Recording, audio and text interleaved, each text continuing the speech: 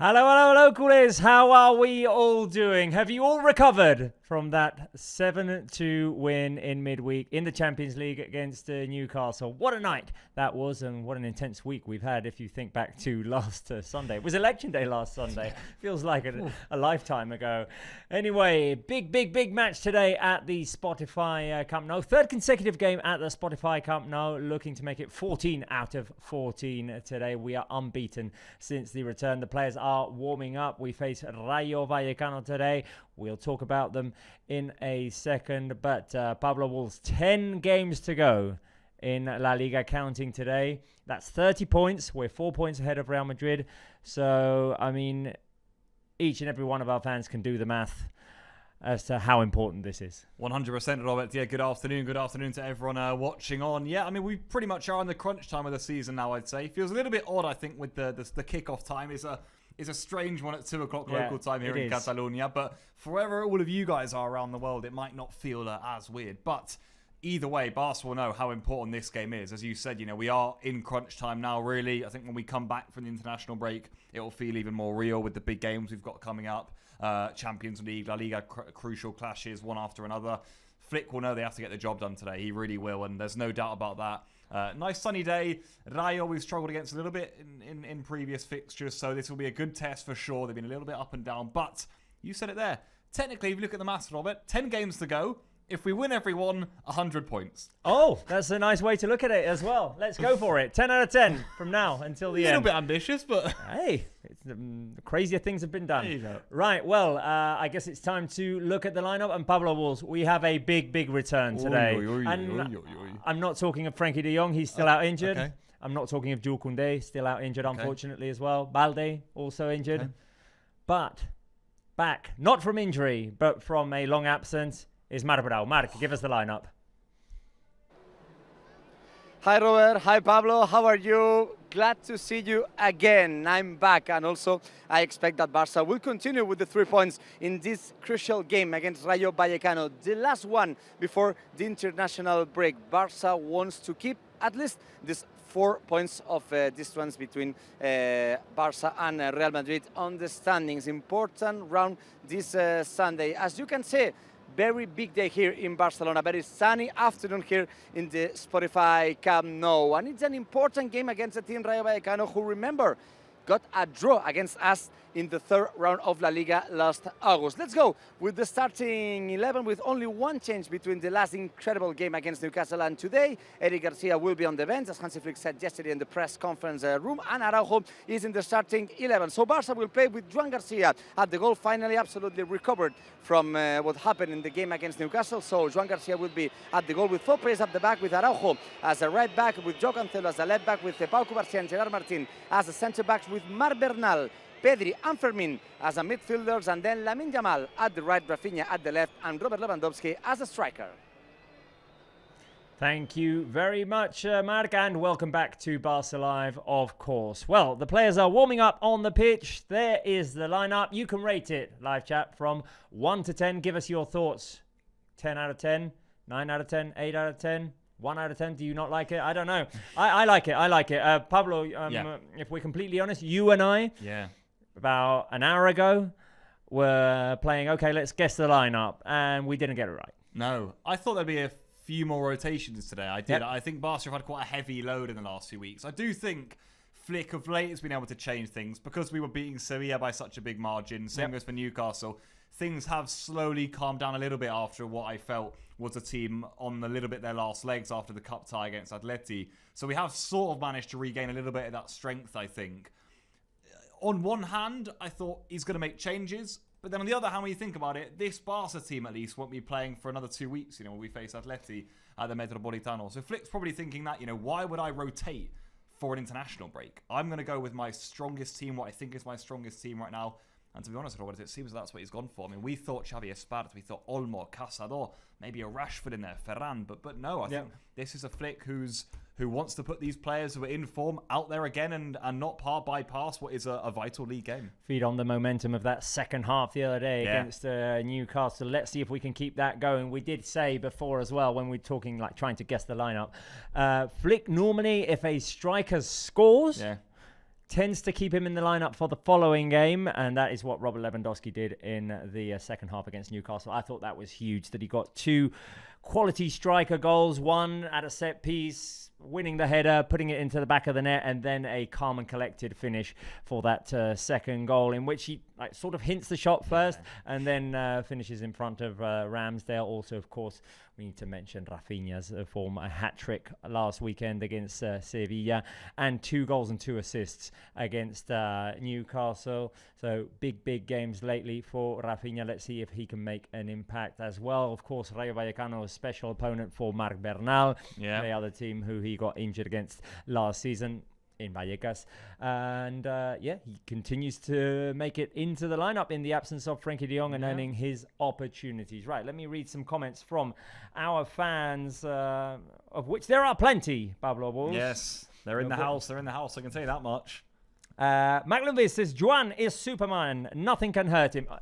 Weren't we relieved? Weren't we relieved on Thursday? I was at home that day, Robert, and yes, updating, incredibly relieved. I couldn't actually quite believe it, I'm going to be honest with you. I mean, we had murmurings maybe a few weeks out, and then bang, nothing, no injury. So delighted with the Juan news. Alia's going a 9.5 out of 10. Gloria, 9 out of 10. Ariel Futa, not as enthusiastic about it. At least 6. Okay. Ariel, let us know what's wrong with the lineup.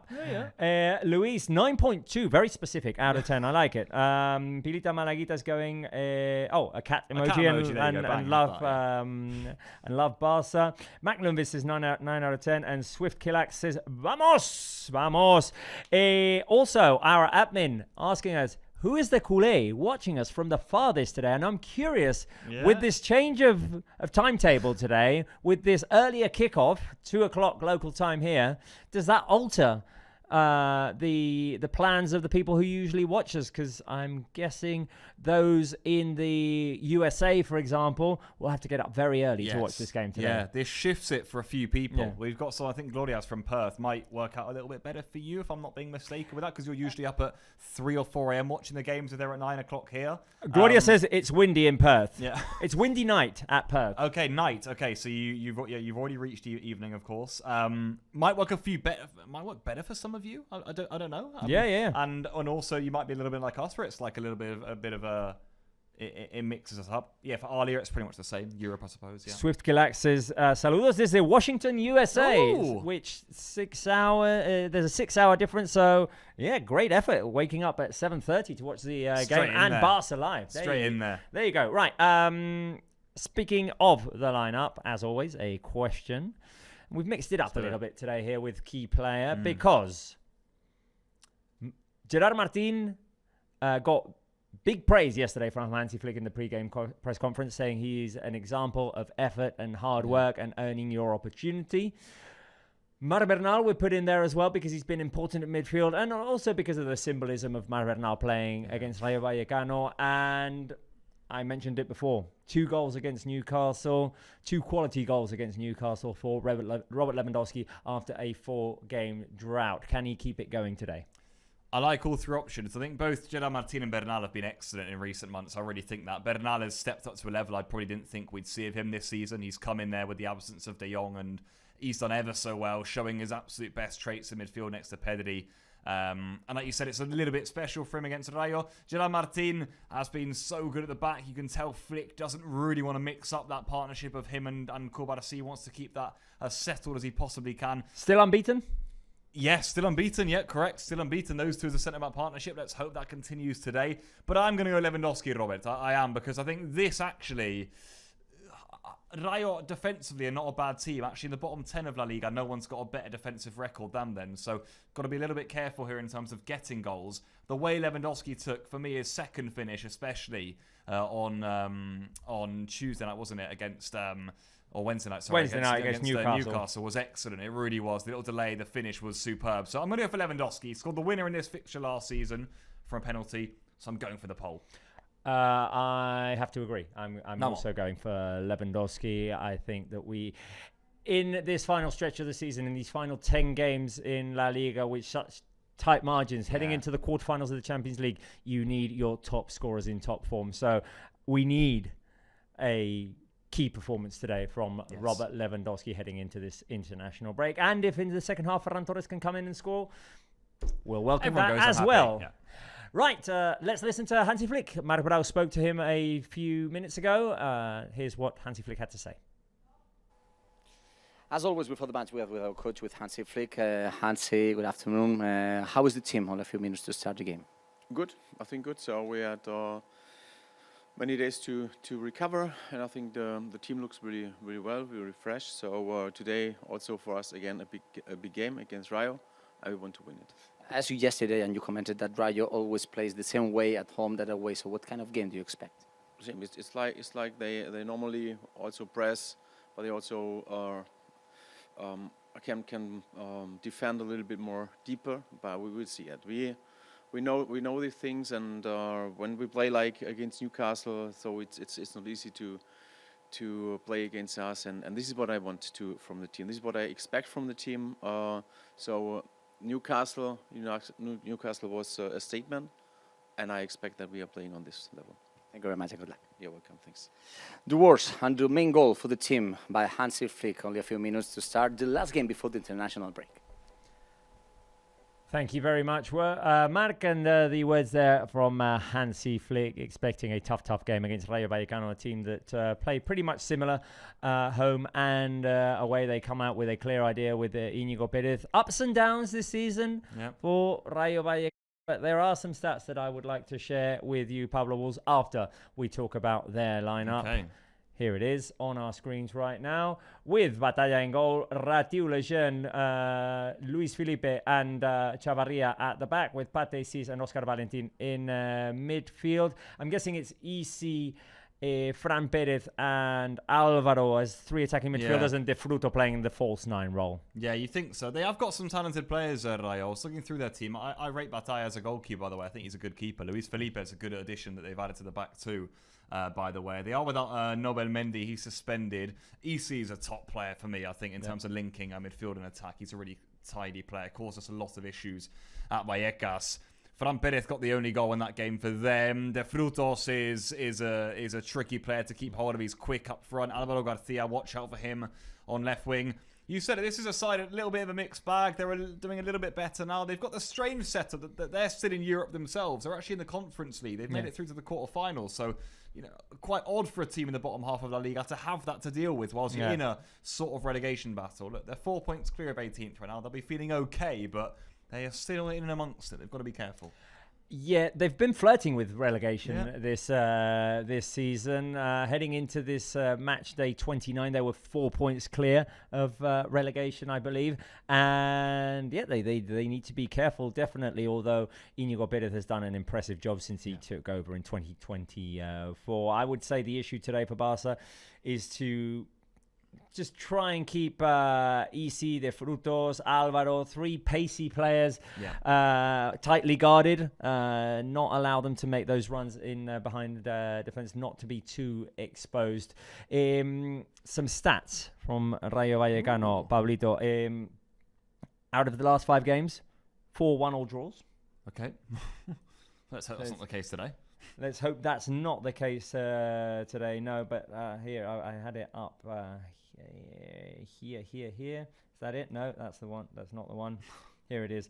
Yeah, last 5 games, just 4 1-all draws and a 3-0 win against Oviedo. A team capable of beating Atletico Madrid 3-0, but then going on these streaks. I mean, there's this website that I look at for season results, which gives you wins in green or draws in orange and defeats in red. There's an awful lot of orange in Vallecano's season. Been unbeaten for a while in La Liga, I've seen, Robert. Their last defeat start of February to Madrid. Yep, that's the one. But also the team tied with Elche, with here we go, Celta de Vigo, and with Betis, with the most draws in La Liga, and they're in double digits in draws and defeats. Having said that, we were talking about this on the ride here today.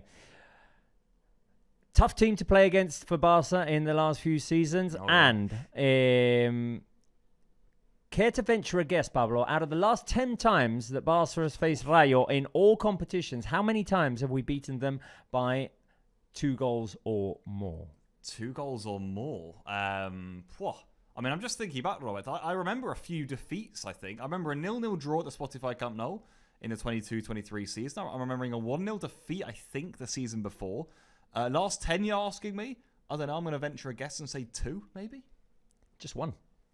Just one. And it was that Matchday 37 of the 23-24 season. Yeah. Last game at... I actually went to that game. Yeah. Pedri scored twice, coming back from injury.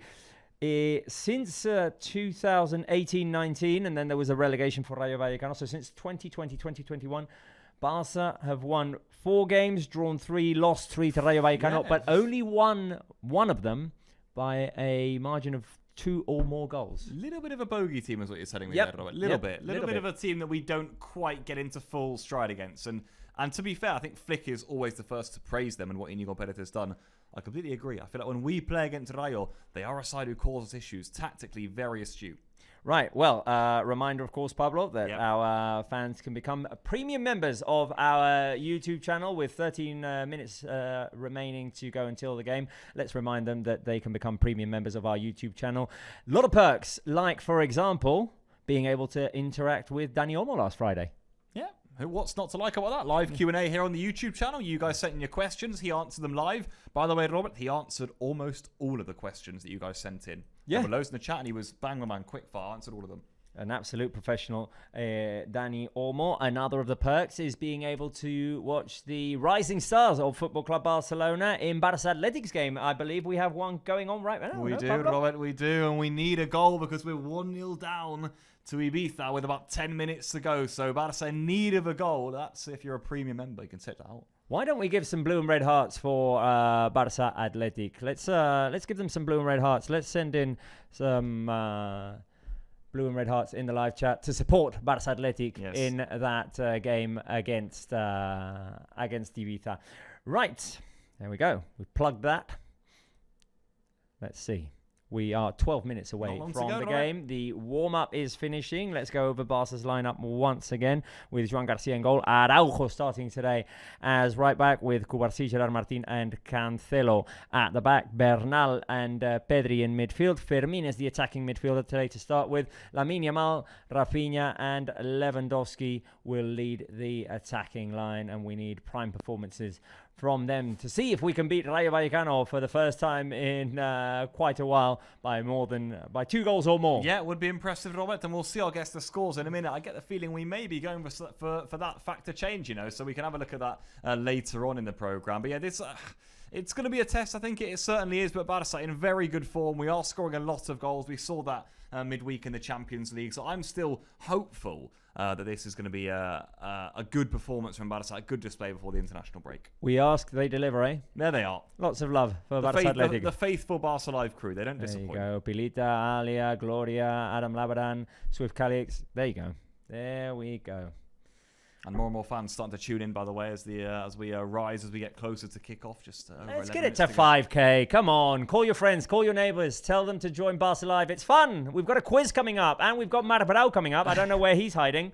Marc Brau is going to appear on screen in a second after that screamer from Fermín. Yeah, you do that and you run to the dressing room. That's a nice way to end it from Fermín. There you go. Round of applause for Fermín. You always want to get the last shot in the warm-up right. And he quite nonchalantly walks away from that one. But that was an absolute screamer. Go on, can we have one more from someone maybe? No, we missed Lamines. We missed Lamines. Here he is, dribbling his way towards the dressing room. And I emphasize, guys, important game today here. Let's not take Rayo Vallecano for granted, because there are 10 games to go in La Liga. This is the decisive stretch of the season. Every 3 points matter. Later on today, of course, we'll all have an eye on that Madrid derby. All of Barca's fate this weekend is on the Madrid teams. We've got Rayo Vallecano, who come from Madrid, obviously, and then we're going to take a look at Atletico against Real Madrid at the Bernabeu later on tonight. That is a big game as the players head towards the dressing room. And will he get sprinkled? Will he not get sprinkled? Marc Brau is back. Hi, Marc. Hello, and I'm very glad to say to the gardener that everything is fine because, as you can notice, after my return, I was very close to have another shower after the one that I got this morning. So, guys, I'm glad to see you, as I said, again. I sleep less than before because one of the reasons because I missed the last show is because I had a kid, new Kule was born, and also for sure she will follow Barça life in the future. But guys, what a perfect afternoon to come back. Sunny afternoon this Sunday with a lot of fans on the standings and a big game, as you commented, because today is very important. We know that there's a Madrid derby this night, but as Hansi Flick said yesterday, what we have to do is to focus on ourselves to win the 3 points against Rayo. As you said, Robert, not easy the last seasons against Rayo, so we expect today to get the 3 points to get to the international break, at least with the 4 points between us and Real Madrid. So guys, of course, I don't have a lot of time between now and the game to start, but I brought a quiz, a special quiz. Pablo, I know that you studied a lot in my absence and also in Robert's absence, and you were the main host, but I know that you study a lot and a lot of stats I want to comment with you, but also with the Barça Live fans that I hope that they really miss the stats that we always commented. So let's go with the first question, very related with Robert, what you commented about the last games against Rayo. Remember that the last games played against Rayo Vallecano were in Montjuic, as you said, the last season 1-0 with Lewandowski score for the penalty spot, but I want to know, who was the last Barça player to score a goal against Rayo, but in this stadium, not in Montjuic, in the Spotify Camp Nou? We can go with Lewandowski, Luis Suarez, or Pedri. These are the options. Right, so Lewandowski is the last to score against Rayo, period. This is incredibly difficult, by the way. But okay, so the last game at Camp Nou was 0-0. Correct. You remember that to start that league? Then it's a 1-0 loss, no? There's a 1-0 loss. So I guess we have to go back to Suarez. 2020-21 season. We have to go back to Suarez because Lewandowski and Pedri were not there. Because Rayo was in the in the season that we beat them in the Cup, Rayo were in the second division. They were a second division team. Correct, yeah. So Luisito Suarez, Marc. Very good. You're right. You're right. You're right. Because as you said, the last 2 games played here at Spotify Camp Nou, 0-0 and 0-1. So the last victory here at Spotify Camp Nou was in 2019, 3-1. Barça come back against Rayo with goals scored by Gerard Piqué, Leo Messi, and Luis Suarez. I don't have enough time, so I have to go very quickly. So let's go with the second question. There we go. I want to know which Barça player made his debut, played his first official Barça game against Rayo, Dani Olmo, Rafinha, or both players? Olmo definitely. Olmo definitely. Rafinha side, that was the first game of that season. That's 0-0. That's 0-0. We didn't have an official game before that. No one talking Super Cups or anything like that. No. It's got to be. That's got to be Rafinha's first official game. No, Marc, both we're going to go. I think no. You did the homework in my absence, Pablo, and also Robert, so you're right, you're right. Both players, as you said, Olmo in Vallecas last season and Rafinha, the same as, for example, Robert Lewandowski in the first game of 22-23 season. And I'll go very quickly with the last one, and you have to give the number. Oh, we know this one. Between the first game against Valencia with Hansi Flick on the bench and today, Barça have scored many goals, so 2075, 2098, or 303. Which is the option? I have to say you goodbye. So guys, you have to give the option and you have to know which stat will be the right. So and you'll guess the score, Marc. 3-1. And what does it Thank mean? you. With the 3 ones, with the 3 goals, how many goals Barça will score at the end of the game in whole Hansi Flick season with Barça? Let's go with the last question. Bye-bye. Obviously, Marc wasn't watching the other day because we know this one because Llorenç was giving us the updates. We went over this quite methodically. Exactly. We were counting them. So it was 298. It should be now, isn't it? Okay, there we go. Which means, Robert, today, with 2 goals, we get to 300 goals with Hansi Flick. There you go. unless we get like one of those little 1-0 wins that at the end of the day we'd have to take, it would mean that we continue obviously at the top of the table and whatnot. But I would like 300 today. Right, very quickly, we have something very special today. Look at the jersey that the players appeared with today. And if you go on the Barca website, Barca's Instagram channel, Barca's X channel, you can find out all about it. But special limited retro edition of the jersey going back 20 years to the 2005-2006 season with Ronaldinho 10 on the back. Ronaldinho won the Ballon d'Or that year and Barca won the Champions League in Paris. So an iconic one, and I am so in favour of all of this. Give me more retro jerseys, please. I'm going to be honest, I think I might well need this, I'm going to begin doing my research the second this game is done. I may well need that in my wardrobe. Right? With the long sleeve as well, by the way. Yeah. That is an absolutely lovely one. That really is. And that's a little special edition, isn't it? With the without the sponsor and whatnot. That is a lovely one. Look at Kat wearing it too, by the way. Yeah. Do I have time for a question? Do I have time for a question in the chat? Yeah. Chat. What is your best memory from the 2005-2006 season? Option 1, the Ronaldinho game at the Bernabeu, or just Ronaldinho's magic. Option 2, the Paris final. Yep. Or option 3, we do cater to young audiences, Pablo Wolves. Yeah. Option 3, I wasn't born yet. Yeah, I mean, unfortunately, I was born. Yeah, I'm not that young, But I wasn't watching football though. I was a little bit too young, unfortunately, which actually feels weird to say, doesn't it? Really, but I was watching. I was eager to see Barca win not the first Champions League of my lifetime, because technically I was born in 1992 when we won the first European Cup, but I had no recollection of it. Yeah. So it was technically the first Champions League that I was going to remember. By the way, Andres Iniesta key in that Paris final, in attendance today at Spotify Camp Nou. And for me, it's option 2, because I remember the anticipation. That kickoff time was never arriving. I mean, we could never get there. Anyway, vital one in Barca's history as well, when you think about it, isn't it, Robert? Yeah. I mean, like I said, I can't claim it was a memory because I wasn't, living it as such. But if I was to pick one moment from that season, it'd have to be that now. Right. Well, retro jersey, and you've got all the information on Barca's website. You can purchase it already, I think, at the Barca store, online and physically. And you can also see what Barca have posted on their social media channels. The player looking very dapper in those I know where I'll jerseys. be at full time then. There you go. Yeah. Quick detour to the Barca store. There we go. You driving? Yeah, I'll drive. Yeah. I mean, that's a must-have, because unfortunately I didn't get it back in the day 20 years ago. Yeah, Sometimes you regret those, seasons go by and you think, why didn't I? For example, I think I should have got the black kit last season. Yeah. Do you know what I mean? I feel like in terms of last season was quite iconic. I've got the home one, but I just think, we're going to remember that one, and it was a lovely kit, 1, and 2, we had quite a lot of cool moments in it, like the Rafinha against Benfica was in that, for example, and I just think you miss it a bit, and that Ronaldinho is a good example. Right, I'm going to read out some comments quickly, and I'm also going to ask later on what season fans regret not having a show from. Mine is 08-09. Okay, First Guardiola. Yeah. First Guardiola. Right. You know what I'd also be intrigued to see is, when did the Barca Live clan start properly watching? When is their first memories and whatnot? You know what I mean? We can discuss a bit of this. We can do that as well. Okay, we are 1 minute 50 seconds away from kickoff, so I guess we're going to have to go to game commentary, because the players are in the tunnel, the fans are ready at Spotify Camp Nou. Bright, sunny afternoon in Barcelona. We are ready to go, Pablo. Let's do it now. Sounds like a good time to head over. Let's go to game commentary, people, now.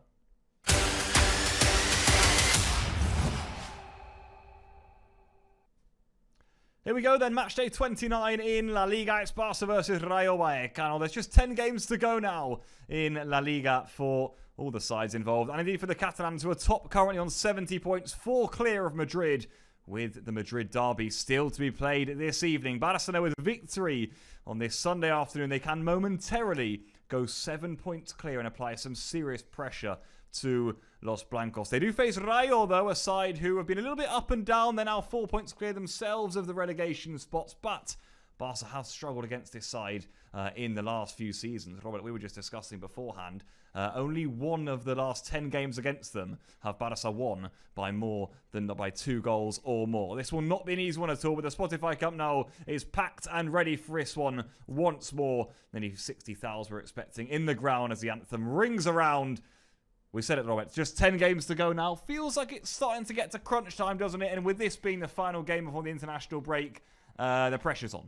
Feels like we're getting to decisive moments of the season, Pablo. As you say, last game before the international break, and then we head into April, and it's just game after game after game after decisive game. Yeah. We've got the 3 Atléticos, we've got Espanyol, but we need to get the job done today against Rayo Vallecano. Andres Iniesta in attendance today. Let's hope he brings us good luck for this game against Rayo Vallecano, an opponent which has made things very tough for us in the last few seasons. We only have to go back to match day 3 of this season to that that 1-1 draw in Vallecas, in which Barca did create the opportunities, especially in the first half, but let 2 slip away. And Íñigo Pérez has done a very good job since he took over for Rayo Vallecano in 2024. But this season, we said it before, flirting with relegation, though they are still playing in European competitions. That's probably one of the reasons why they've been unable to stay as consistent as they've been in past seasons in La Liga. Yeah, you could say that. I mean, and you look back to that reverse fixture already. I mean, we might look at Joan Garcia and say thank you very much. That was probably his first big display, wasn't it? In a Barca shirt that kept the goals out on the other end. Certainly in the second half, not an easy one at all. Here is the Barca team, by the way, for this one. Joan Garcia fit to start, just a scare on Wednesday night in the Champions League, and well, Flick has only made one change, in fact, from that. Araujo's in for Eric, and in fact, Araujo had to come on in the 20th minute in that one for Eric Garcia anyway. So unchanged, Flick leaves the likes of Olmo and Ferran in reserve, so that dangerous front four that we saw on Wednesday night, they keep their spot, don't they? Yes, and incredibly happy, all of us, that Joan Garcia is ready to go in this one. He gave us a big scare, having to be replaced in the 80th minute of that game against Newcastle, in the throwaway minutes of that game. And fortunately, the test came back positive, and he is able to start today, so that's great news for Barca. As a matter of fact, Joan Garcia has actually been called up for the Spanish national team, one of 7 Barca players to go with Luis de la Fuente. First time for him. Ronald Araujo will captain the team today. He's the only player who comes in the place of Eric Garcia. Hansi Flick spoke of Eric yesterday, saying that he'll be in the squad list. He'll be on the bench. Might not play, though. And I think that's a positive. If we can make that happen, that's great. Yep. Robert Lewandowski also in the starting lineup, coming off of his 2 important goals against Newcastle. Let's talk about Rayo Vallecano, because from what I saw in the tunnel, I think they've made a change to the lineup. There you go. Bang on. There you have Gumbau. it. Yep, quite right. So a little bit of a shift around from what we had seen in the preview, actually, full stop. In fact, it's quite different. So we maybe have had some of the wrong information there, because Rayo, certainly different is their team. I'm seeing the lineup had not been updated, so our bad. Sorry. Here is Rayo's lineup. Right, yeah, because Pedro Diaz is in there. Carlos Martin gets the nod down the middle. There you go. So Gumbau, Isi in midfield. Further back they are. More as was shown previously, so watch out for those. There's no Alvaro Garcia as we maybe thought. No, they're Frutos either. No. So okay, 2 big players not available there for Rayo. So our bad. Sorry, guys. Right, there we go. So lineup now fully up to date. We're just minutes away here. We have run a little bit over. We're into nearly the territory of kickoff. Those players on the bench, though, Robert. So Rayo with options should they need. Only Nobel Mendy is suspended for the side from Vallecas. Watch out for Alemão, by the way, on the bench. He scored 2 goals in the Conference League recently. The Frutos, Alvaro Garcia and Teca, Sergio Camello. Plenty of options for Íñigo Pérez, who might well be thinking, well, if we're still in this, only 1-0 down or 0-0 in the second half, then I can start to change things. But there we go. Look at the scene we've got here at the Spotify Cup. Now, I keep saying every week, once that final tier is done, this is going to look absolutely beautiful. There is Lamine Yamal. Special headband. Yep, and recently nominated for LaLiga Player of the Month once more. He won it back-to-back a few months ago, and he's ready to go once more. Here we go, then. Nearly time for kickoff at the Spotify Cup. Now, get up for this one, people. Last one before the international break. What a few months we've had, and we are underway. As Barca will be kicking from left to right in the first 45 minutes. First header from Araujo, and this one gets started. Can Barca start fast here against the Rayo side, who can be difficult to start against? Shall we do score predictions before anything else happens, Pablo Wolves? Yeah, let's do it. Let's hit me with a few of them. Because Mark said 3-1, and we are both going with clean sheets. Yeah. Oh, you've gone big. Oh, I've gone big. I'm saying that we feed off of the energy of that Newcastle game. Okay, I'm liking it, Robert. Yeah, all that attacking goodness that we saw. Imagine if we scored there. Bang, have that. I mean, the Newcastle game was great, wasn't it? Because it was just attack after attack and chance after chance, and we barely had a minute to settle ourselves. I'll tell you what, watch out here, because Rayo are banging behind early on. Big chance for Chavarria, and he's got options in the middle too. And what a save by Joan Garcia! Just like he did at Vallecas, producing the goods. Wow, Joan, sorry. There we go. Sorry, Angels was trying to say something to us. The Barca loop is, we can't see the score. Oh, we can't see the score. But I did. It's odd, okay. That's odd. Pop him in again and take him out again. Let's see if he appears. See? Slightly strange, but that's something Very strange. We'll have to look at ourselves. We'll have to take a good look at that ourselves. Yep. Okay. So yeah. Well, anyway, we're a minute and a half in, and the score is 0-0. Let's see if we can solve that issue there. And I'm going to read out some predictions while Pilita, Malaguita, and Matt Lumbis have already used their Juan Garcia emojis. We've got Alia going 3-0, Pilita, Malaguita 3-0 as well. Matt Lumbis going 5-1. There we go. Optimism. Don't mind that.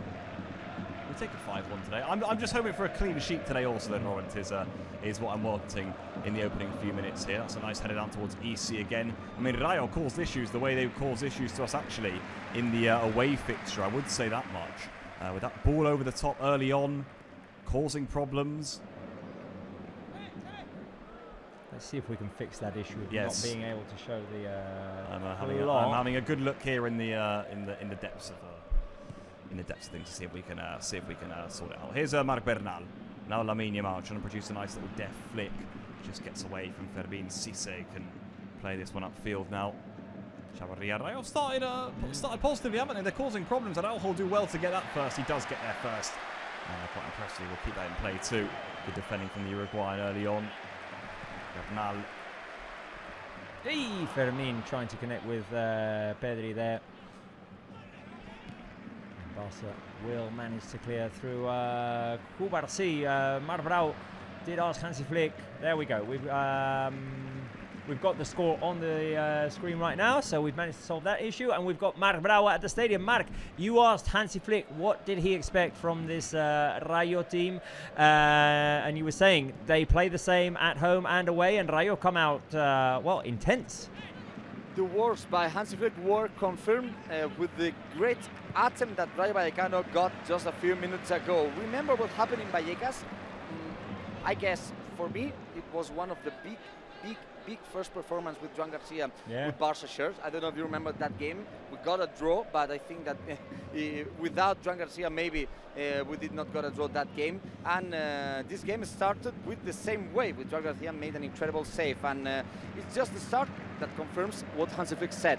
Rayo Vallecano, away at LaLiga, they did not win since October.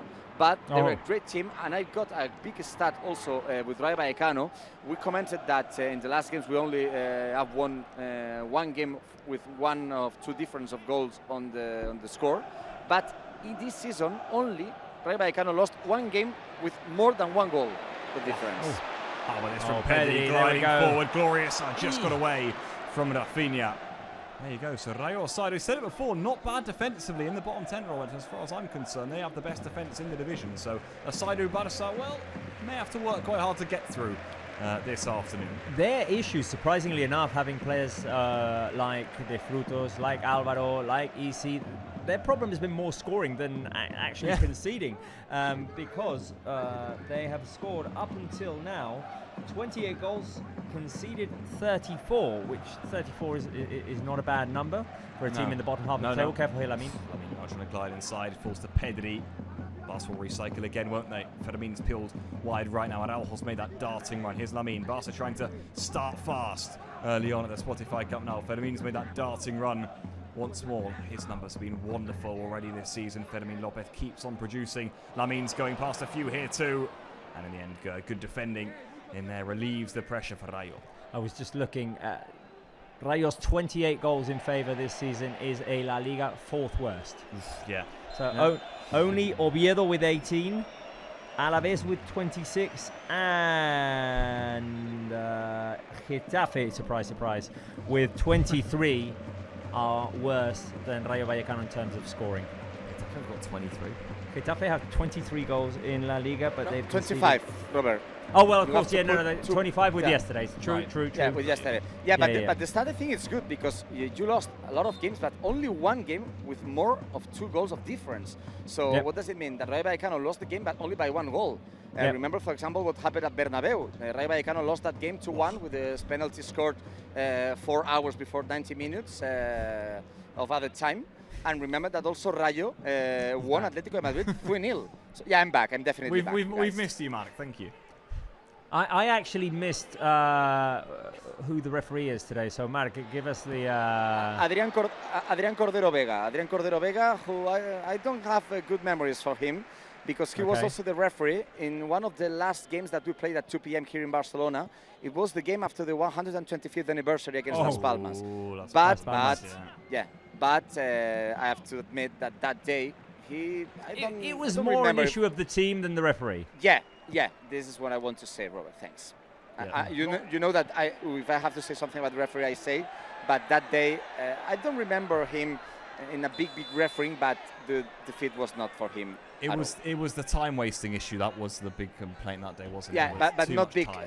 I think it was a big penalty on Kubarsi, but was not on him, maybe for the VAR. But definitely that loss was not on him. So we expect that he. And will as do always, a good job today.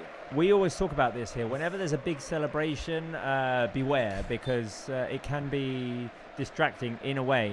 When the team lost after celebrating 100 years of the club's history in the Centenary, that happened against Las Palmas, the 125th. Careful here, Pedri with the recovery. Don't want to give it to Pedri. Yeah, Robert, I was a bit worried on elections day as well. That all went Yeah, smoothly. Rafinha with a loose first touch, and then in the end, I think it was Lejeune who came over, easily dealt with the danger, and Rayo can clear their lines away here. Yellow card for Rafinha. Wow. Yeah, yellow card for Rafinha. Let me check how is the list. Rafinha is the fourth yellow card for Rafinha. Okay. So beware. It's important. So definitely, of course, he will not miss the next game if he's not sent off. Remember, only one player now on the pitch, if he has a yellow card, will miss the game in Metropolitano against Atletico, who is Marc Bernal. Yeah. Because the other players, Koundé and De Jong, with 4 yellow cards, are injured. But now Rafinha is also on the list. So Rafinha and Marc Bernal close to got the 5th yellow card, that he will miss one game. We expect that Rafinha will not receive any yellow card until the end of the season. It's difficult. I don't know if it's a yellow card or not, but it's surprising that one of the first fouls of the game is yellow card for a Barca player. Mark, did you like the jersey that the players arrived with, by the way? Definitely, but big memories. I don't know if Pablo was born at that year, but Yeah, for of the ones who will live that game and that season with Ronaldinho, with that incredible win in Bernabeu, also the final in Saint Denis against Arsenal, 20 years ago with this shirt. I love a lot. Yeah, the depressing thing is that it's 20 years ago. To think that Ronaldinho played for Barca 20 years ago is slightly worrying. Anyway, Mark, we haven't asked a question to our audience or to ourselves, which is, who will be the first scorer today? Of course, Who will score the first goal of the game? Will it be option 1, Lamine Yamal, option 2, Lewandowski, option 3, Rafinha? If you think it's going to be anyone else, type it in the live chat. I, myself, am going for the Pole striker. I'm going with Lewandowski. I think he gets on the end of one and he continues his positive run of form. Okay, I like it, Robert. I'm intrigued to see if anyone throws in a different option in the chat. I'm going to quickly go Lamine Yamal as my first score today. Let's see what Barca can make of this attack before just no one accuses me of cheating, you know. Mark? I will go with Rafinha because remember, hat-trick against Sevilla, twice against Newcastle, and Rafinha never have scored any single goal against Rayo. One of us will get it right then. Here's Gerard Martin striding forward. How about a goal from him? But no, straight down the throat of a Batalla. Imagine if it was Maldini.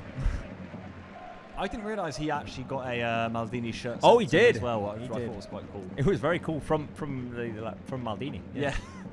For the moment, Gerard Martin is one-man goal. He is a one-man goal. Yeah. Or one-goal man rather. Yeah. But yeah. We like to call them one-man goals. We like to say it this way.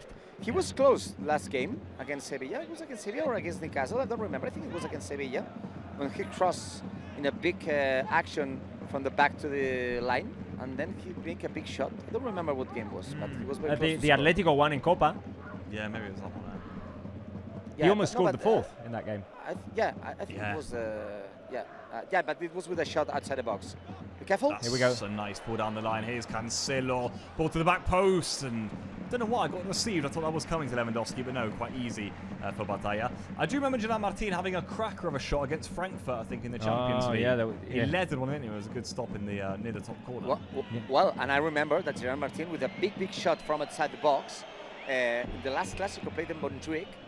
Courtois made a good save, but after that shot of Gerard Martin came the goal scored by Eric from the corner spot. So Yes. it was a volley from outside the box by Gerard Martin. So he only had scored 1 goal with Barca, but he was very close to score another one in the last games.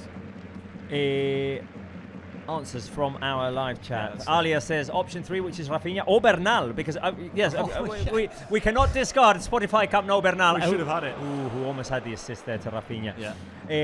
Gloria says Rafa looks like he will score. Maclamy says Fermin. Pirita Malaguita says 3, which is Rafinha. Elmir Days is here. Hey. And I was expecting Elmir Days to say, we're not going to score today. Yeah, this has got a 0-0 written all over it. Yeah. Mr. Negativity, but no. Elmir Days says option 3, Rafinha, and Isaac Balask Blanc says Lamine Yamal. Little bit of a miscommunication there. Barca nearly broke away, and we had an overload on the right-hand side. The pass just intercepted by Chavarria. I think it was meant for maybe Araujo to run onto. Couldn't quite read it. That's nice football from Rayo. Little triangle over on their right-hand side. They have settled nicely into the game, I would say, the away team. And every time we play against them, I'm quite impressed. Commentators curse because Rafinha's in. He's Rafa. won that off seas. Go, He's Rafa. been through. It's Rafinha. Oh. And he's dragged it wide. Glorious chance, the Brazilian. Barca's best of the afternoon. Big error, not capitalised on. He had to take it with his right. It did feel like he was slightly running out of steam after taking the ball away from Pate Cis. Absolute theft there by Rafinha, and he has plenty of time to think about it. Decides to finish with his right, sends it wide. Marc, first big chance for Barca. Yeah, and I think I'm more worried for not to have a good option in the question and the quiz than Rafinha score. So I'm more worried about this. But I think that the worst thing is that I don't know if Rafinha was very comfortable to make the shot with the right foot in that position. Of course, was a very clear one. And it's not easy to make that kind of actions against Rayo Vallecano. But the good thing is that the action came from a big pressure for Barca, who is recovering good feelings after the first attempt by Rayo. It didn't feel like a clean finish by Rafinha. Careful here, Araujo. Yes. Araujo's gone all the way forward. Corner, good full-back play. It This didn't is what feel I like want a to mean, Robert. Yeah. clean finish by Rafinha. It felt like he had to drag it across. Yeah. He never looked too convinced, did he, bearing down on goal. If that's on his left foot, you back him 9 times out of 10, aren't you, to stick it away. Yeah. Just felt a little bit off balance. Didn't feel like he got clean connection on it. In the end, Barca's best chance just goes begging. We've got a corner here, though, which Rafinha himself is going to go and deliver. 2 goals midweek against Newcastle. Seems to keep on producing numbers this season. In it goes by Rafinha. It's into the near post. Barca tried a few of those, didn't they, against the Magpies midweek. Araujo was the target. Couldn't quite be reached on that occasion. This one's a cool little bit of information here that we haven't touched upon, Pablo, which is that today the players walked out accompanied by children wearing number 21 to mark International Down Syndrome Day, a day to raise awareness for people with intellectual disabilities. So give us some hearts for that. Yeah, get the chat with some hearts. That's lovely, isn't it? Was that the 21st, if I'm not wrong, Robert? That was yesterday. Yeah. That was yesterday. Wouldn't it? Yeah. There you go. Fill the chat with hearts for that initiative. Fantastic that Barca's Foundation and the club, all in all, get involved in this. As we see now the 4 players who are out injured: Koundé, Balde, Christensen and Frenkie de Jong. Quite a good quadrant of players, actually, I'd say, as well, who Barca without right now, still firing away without them. Taking into account that Frenkie has played as a centre-back himself, we have got a defensive line there. I keep thinking that. I mean, if you count Eric as well, of course, he's on the bench today, but I mean, we've basically had a full back 4 out for a lot of weeks in a row now. Consider that the way Barca are playing, the way we've been winning games, it's very impressive. Here's Lewandowski. Fastly up to Rafinha here, who can try and swing this one over towards Lamine Yamal. In the end, it's Cis who gets in there. And now it's Pedro Diaz who's pulled wide. It's actually Chavarria who's going to try and receive it. In the end, it's a foul. And Fermin Lopez will retrieve the ball. Araujo has stayed down there. It was Fran Perez who was coming forward. Let's see if Araujo's okay. I think he's just holding his face. Maybe got a bit of a whack. Yeah, his eye, I think, maybe got caught in. Just as he was trying to win the ball off Fran Perez. Where is it? There. Strange one. Maybe it's caught with a boot. Yeah. A quick question for you guys. What is the key of the game? What will the key of the game be? Not to take Rayo for granted, which is, well, important. early goals, which have not come, but they could come in the second half. I put this option in because both against Sevilla and against Newcastle, we got early goals, both in first and second half. And option 3, just a little play on words there, to be lightning quick. Rayo, lightning. You know what? You see what I'm doing there? Deary me, Robert, deary me. There you go. It's Sunday and it's 2 o'clock. It's Sunday, it's 2 o'clock. I mean, yeah, you mess around with my usual time schedules, things are going to happen. Oh, Fermin. Ooh, Fermin, talk about being lightning quick. Look at that there you go. Dancing down the goal, and I like it from you. You know what I'm going to say? Not to underestimate Rayo. And I think, to be fair to us, we haven't so far. No. I do think Barca are playing with an intensity to their game that is necessary for this sort of fixture. Ooh, play on. Play on for the referee. Maybe he feels there were 2 fouls in there. Cancelo. So I'm going to go, not to underestimate Rayo, who for me have started quite well here and are impressing. Mark, key of the game. Can you give me the option? Oh, be careful. Fermin, nice turn from him. Glorious turn for him. Can he get a shot away? Big chances there for Lewandowski, who couldn't quite shift the ball over to Cancelo, who was behind him. So, Robert, if you can give me the options, because I was here commenting game with Ignatius, as sometimes I did. Yes, you were distracted. Oh, this is a goal, but it's disallowed. It's disallowed. You're going to see the goal disallowed because it's foul. Yeah. By Lamine foul Yamal. So there. if you can remember the 3 options that are on the screen right now, but unfortunately I don't have a screen in front of me. Option 1, not to take Rayo for granted, not to underestimate Rayo. Option 2, to score early goals, which has not happened, but I mean, we can score still. Option 3, to be lightning quick, Mark. Velocidad de Rayo. Yeah, no, for me, good joke. Thank you. For me, thanks for also for explaining well this joke, Robert. I will go with the second one with a little words to add to the second one. Is the importance is not to have another comeback. We made enough comebacks this season. So why? Because after all the games that we have played, also Rayo, but another comeback today with all the pressure, with the sunny day, I think it will be a little bit tough to get another comeback today. So it's important to score early, and if it's not early, at least before Rayo score any single goal. Okay, thank you, Mark. Good defending there from Barca. Very good, yeah. And Martin. Oh, what a turn from Lewandowski as well. Go, Levy. On halfway, love that. Good play from Barca, front to back here. Back to front, I should say. Lamine onto his left foot. Lamine couldn't quite get the shot. He could block by Chavarria. And that's going to hurt. Didn't like the way that went in at all. Here's Pedri. Tries to find Lamine. He's going to find him too. Lamine Yamal. Hey, is that a penalty? No. Referee says get to your feet. Best news is that Bernal is on his feet. And listen to Spotify Camp Nou. Listen to Spotify Camp Nou. Give me some VAR. Whistle sound. I have to admit that I'm very far from the action. I'm just at the other goal, so I cannot say nothing. It's not clever from Cisa. Well, he leaves his leg out, that's for sure. Whether Lamine and looks for it is... referee says nothing. Referee says nothing. Oh, also, Joan Garcia is laying on the pitch. No. No, please. Joan Garcia's on the pitch. No. I cannot believe this. Joan Garcia's again on the pitch. In theory, he was okay, no? I don't know if you can see on the screen, but the doctor is coming in. Hand on knee. And I have to say that I don't know if it's the same knee that he injured. Tech's getting ready. Well, Robert, we survived. Can we take a look at the footage of the sidelines? Podem ensenyar la flick cam, sisplau? We looked at... Can we get the flick cam on the screen, please, guys? No, but Joan Garcia will continue. Yeah. Oof. Okay. Joan Garcia will continue. I don't know exactly what happened because it was the last action when Joan Garcia made the pass from Lewandowski, just before the action of the possible penalty that finally was nothing said by the VAR. And I don't know what happened with this. I'm just checking which knee was the injured. It was the left calf. It was yeah.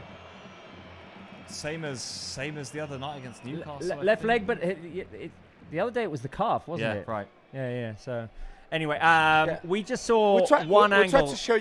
We tried to show you Chesney, but we cannot show you Chesney for our position. But what we can confirm is that Tech is also on the bench. And Ricard Prunacek, the knee of Joan Garcia, I can confirm that was the left knee, the knee that he injured, but I see him quite well. Oof, after what happened against Newcastle, remember that 2 days ago he received his first call-up with the national team. But the good thing is that it seems that everything is fine with Joan. Right. Well, anyway, give us some Joan Garcia emojis, please, on the live chat. Scare averted, I'd say, Robert, for the second time in a few days, right? Yeah. Let's hope this doesn't cool the game down. Sometimes that happens. You get a little scare, and anyway, Fermin to Lamine Yamal, and we did get an angle of the Lamine fall inside the box, and it was less clear than it seemed initially. I think Lamine saw the leg of Cease and thought, I have to go for the leg. I have to force some contact here, and maybe overly forced it. I'm not saying it wasn't clumsy from Cease. I mean, to dangle your leg up there isn't really clever, but Lamine did look for it almost before the contact was made. Didn't yeah, that's what it felt like. Here we go. Araujo wins that back upfield. Here's Lamine, back post. Rafinha! Oh, didn't really catch it, did he? Mataya pushes it over. If he did, it would have been a goal, I think. What we hadn't seen yet this season was the outside of the boot cross by Lamine Yamal on the bounce. To have that. And then Rafinha takes it on the bounce as well. It floats up in the air. It's not the finish he wanted, but it almost surprised Batalla. It did, yeah. He usually catches those well, Rafinha.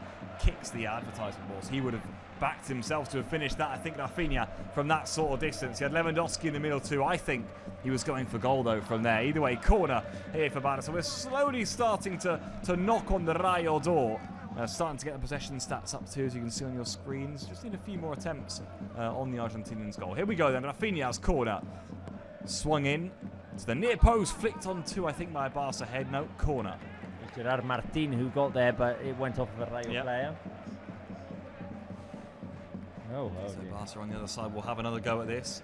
I mean, we're getting there, aren't we? Guys, go on, let me say one thing. It's a big atmosphere here. Very sunny day. It's warm, but the atmosphere is incredible. How important. Also, all the stadium full will be absolutely amazing when it's possible.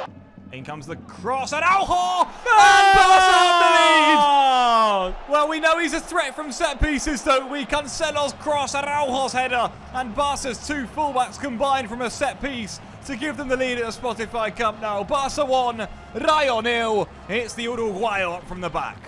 There you go. Barca take the lead with Ronald Araujo's goal. We know he's a threat at set pieces. This time at the far post. We'd seen him in earlier games go to the near post, trying to flick it back. This time he stays back and heads it in. Off the post, Barca take the lead, 24th minute. Well, Rayo will be disappointed, won't they, to have conceded from a set piece. You would say that much. But Araujo at the back post, beats Cease, all ends up.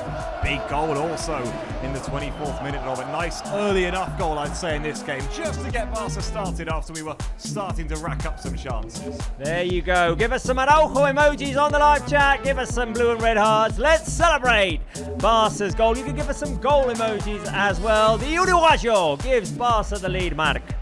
The fourth goal this season for Ronald Araujo, the first after coming back to Spotify Camp Nou. He scored against Oviedo away. He scored against Girona, that winning goal in the added time, but it was in Estadio Olímpic with Companys. The last goal was scored in Albacete in the quarterfinals game of La Copa del Rey. But after coming back to Spotify Camp Nou, first goal for the Uruguayo today with the captain armband. And very important, this goal to be one goal ahead of Rayo Vallecano. And also I will give you two more stats. 14 goals for corner kicks this season, guys.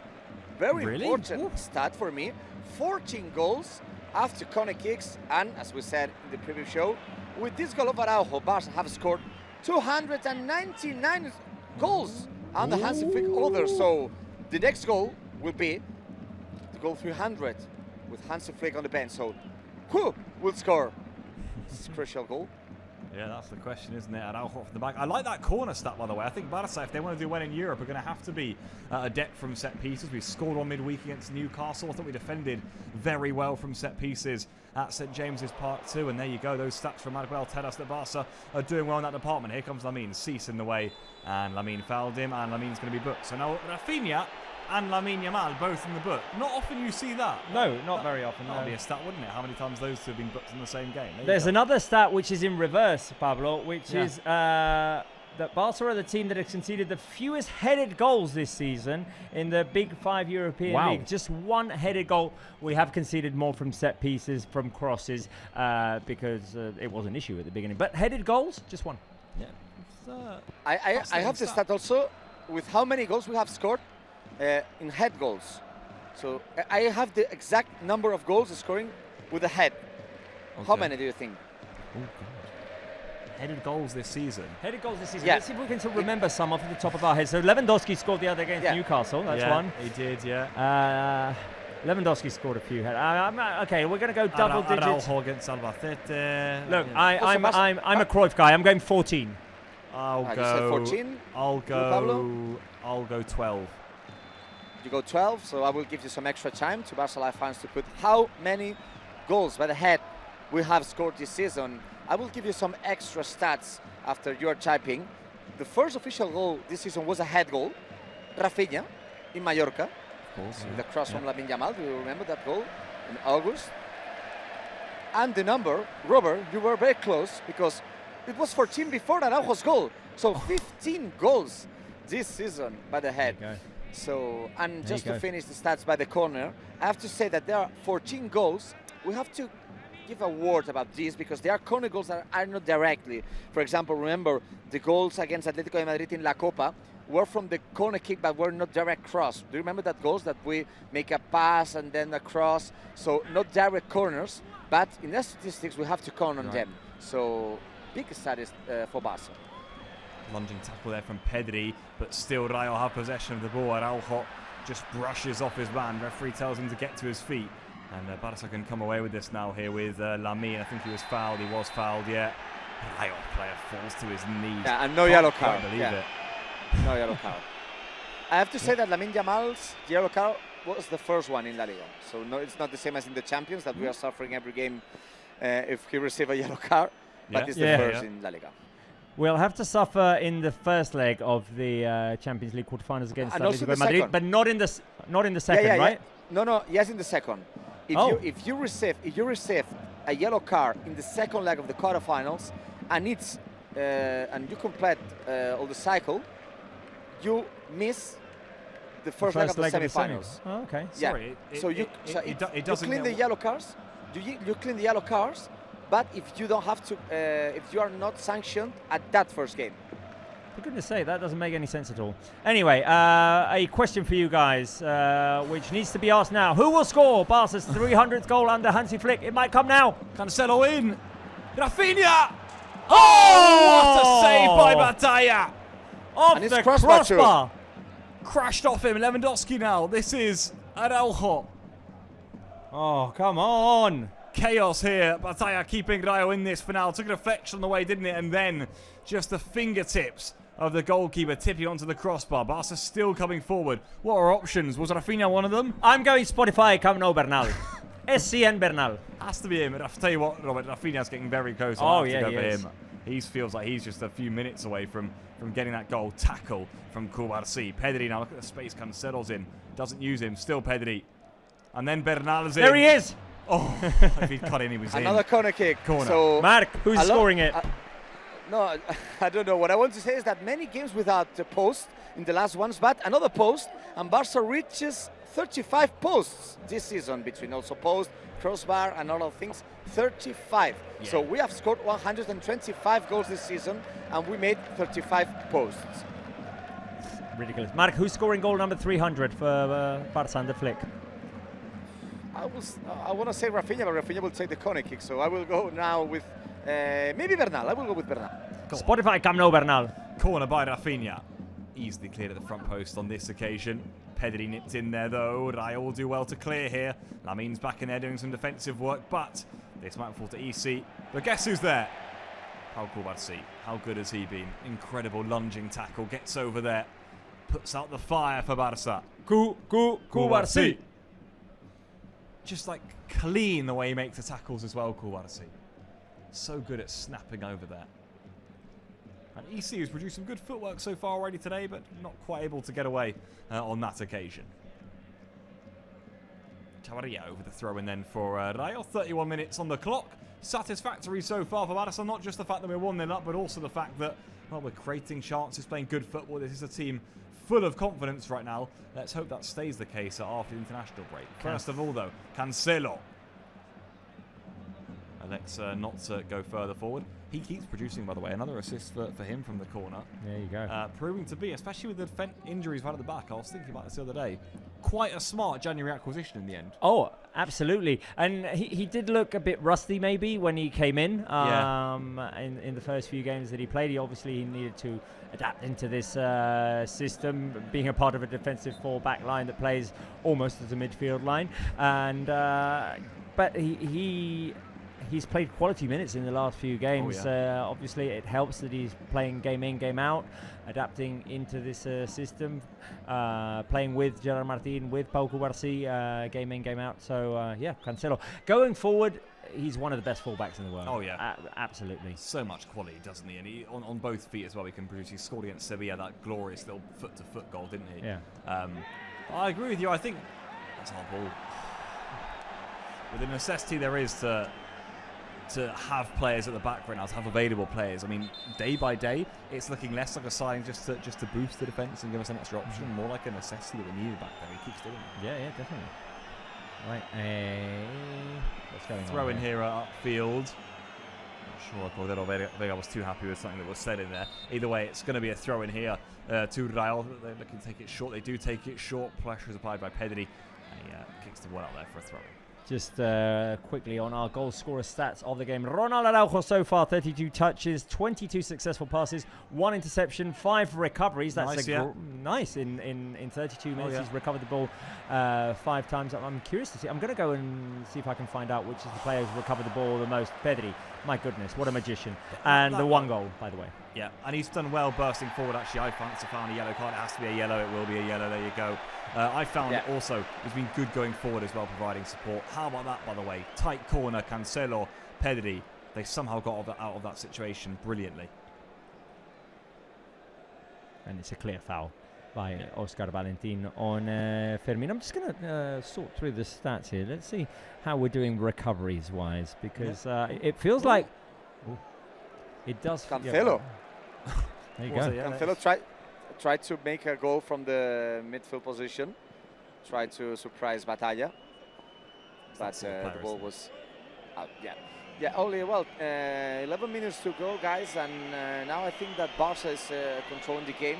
What I can say is that Íñigo Pérez put to warm up a lot of bench players. I'm sure that players like, as you said, Álvaro García and De Frutos, who are maybe the main offensive players for Rayo, and they started on the bench today. I think that definitely they will play in the second half. The 2 top scorers this season, 12 goals in whole competitions for De Frutos and 12 goals for Álvaro García, who was the scorer in the last win for RAYO VALLECANO here in 2022. So, Mark, Pablo's already seen this, but we just mentioned Araujo is the player, or Araujo has got 5 recoveries so far in this game, so he's recovered the ball 5 times.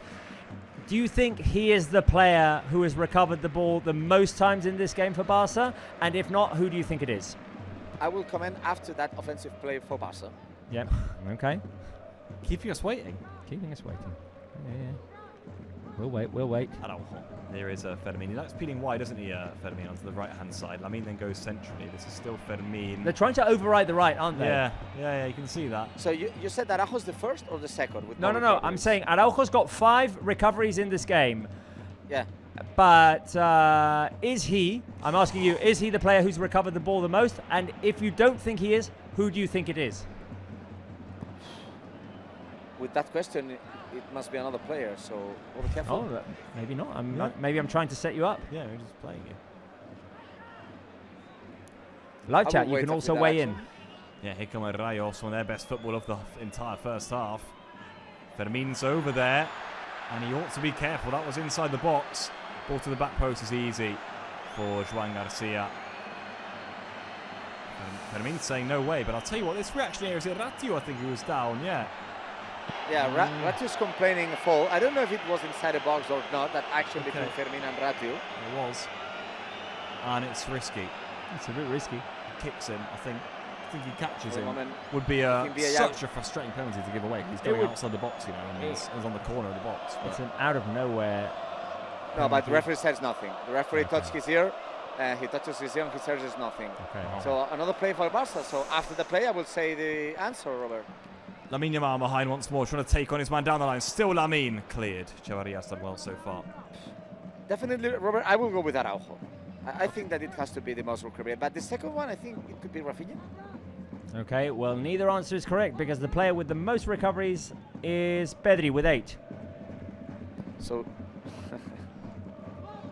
Pedri with 8 recoveries. Silence. Just, but, I mean, because we always think of what Pedri does on the ball, and he is so important off the ball as well. Oh, yeah. I mean, it was funny because, how about that for a pass from Lamine? Fermin. So Trying to turn. These. lot of hype with my answer, and definitely I did not say nothing good. Well, I mean, you had to guess.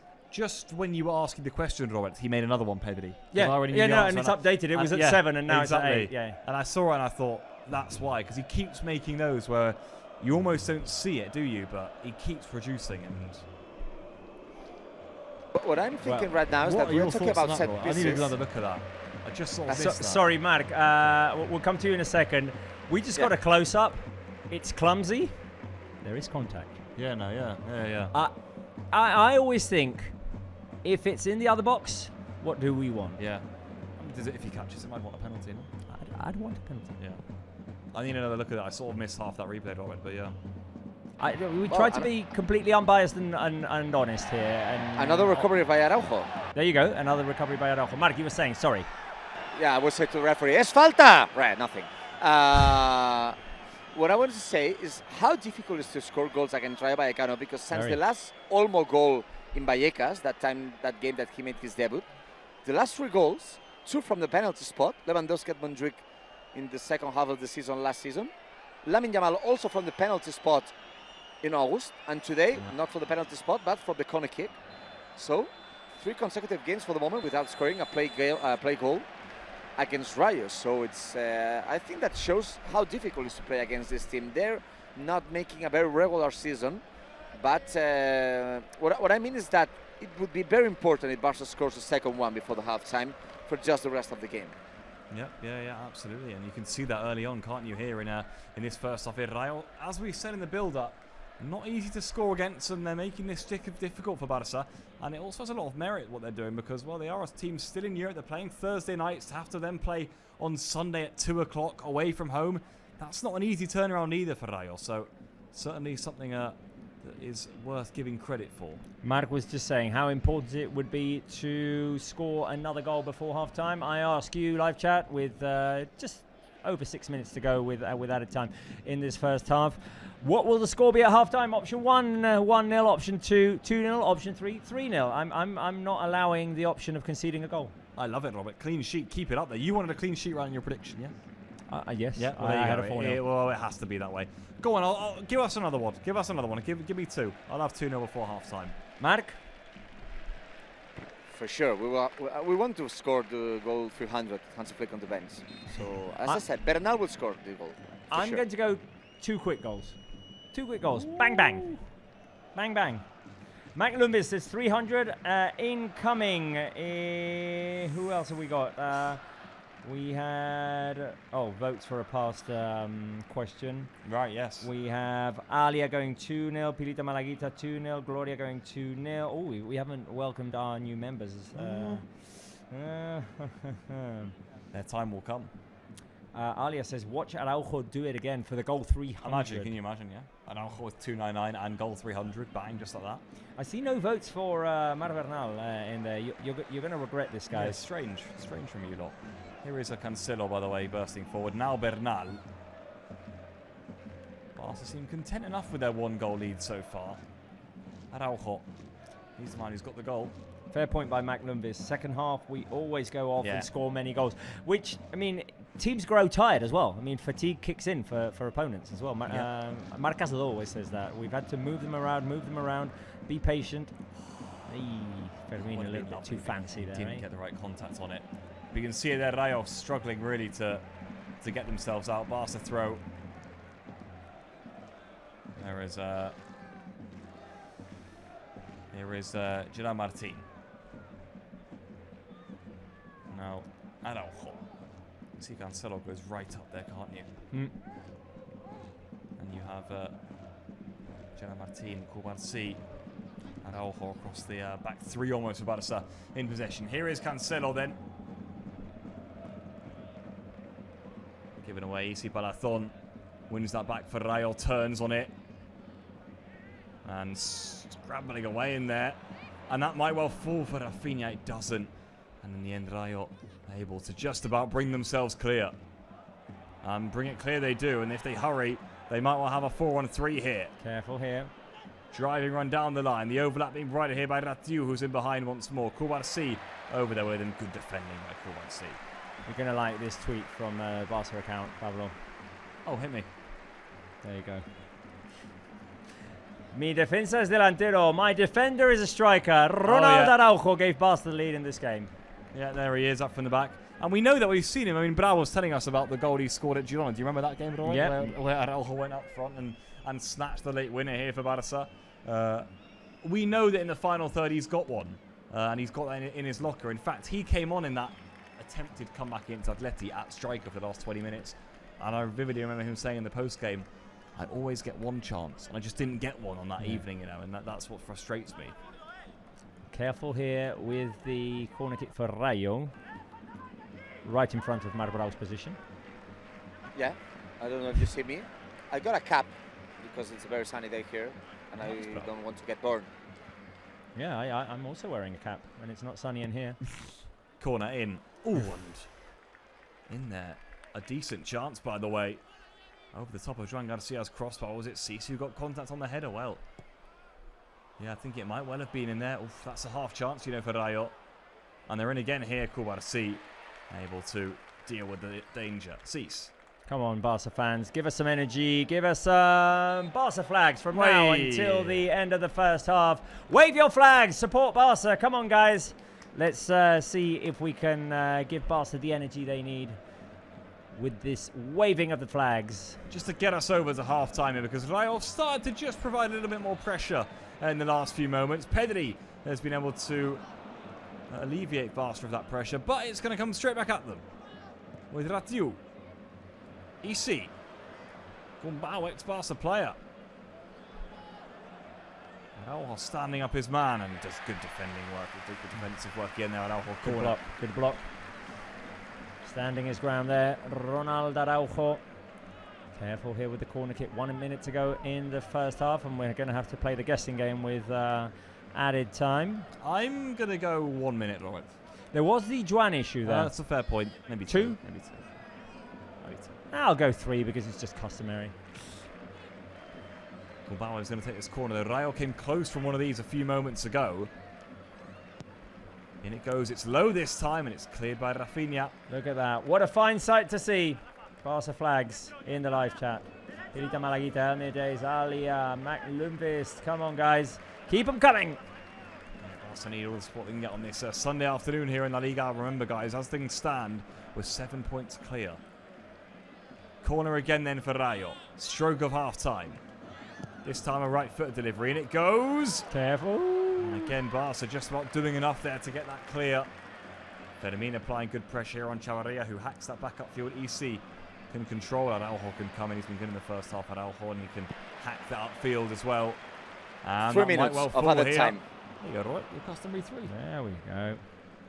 3 minutes are added on here. Fermin is everywhere. Just brilliant work from Fermin. You can see why Flick keeps playing him. Yeah. Not only have his numbers been so good, but all of that work, bouncing around off the ball.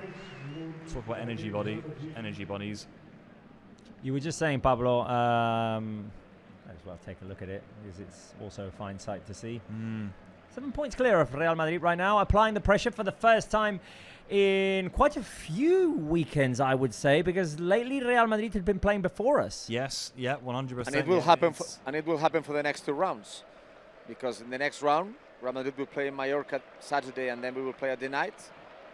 And also in the next round, Real Madrid will play on Friday, and Barca will play against Espanyol, the derby, on Saturday. Remember, 40 days without Barca, it will be tough, because the players need it, we need it, Mark. Yeah.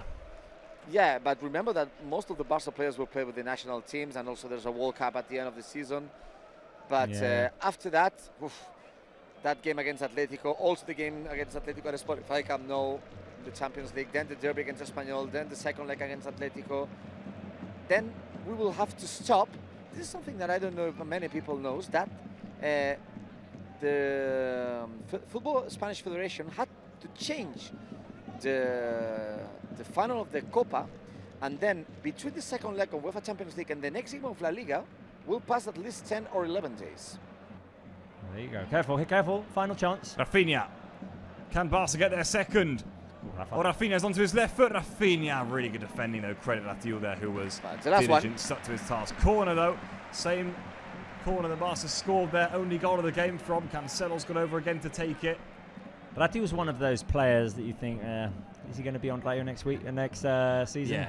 But we did think it last year. We did, yeah. Yeah, lots of murmurings around him, haven't there been, when the summer's come around, but he's stayed put. Corner here. Less than a minute to go in the first half. There are the blue and red shirts just circulating around the penalty area. Lots of pressure on Batalla. In by Cancelo. Again to the back post. And this time just a bit too much on it, isn't there, for Lewandowski even to get anything on that and bring it back across the face of goal. Haven't seen much of Levy. Haven't we been able to really get the ball to him, have we? He's not been on the finishing end of things. No. Rayo have done very well defensively, keeping things tight and guarded at the in the centre. Barca have tried to whip those crosses in, but to no effect, really. Batalla will kick long here.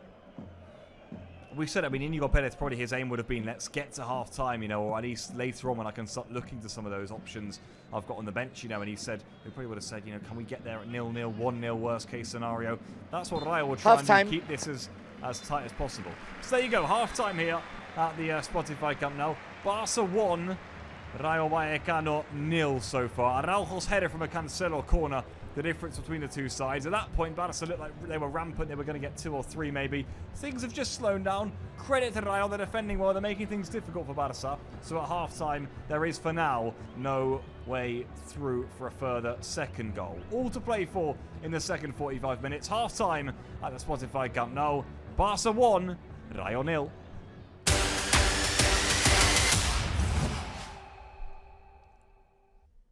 Well, there you go. We have the lead going into the dressing rooms, but it was by no means an easy first half. Rayo had the first opportunity, and Joan Garcia had to make a big save. Joan Garcia also gave us a bit of the scare going down. Dr. Ricardo Pruna had to come on, take a look at his left knee. He was given the A-OK and continued, and there have been no further issues that we know of.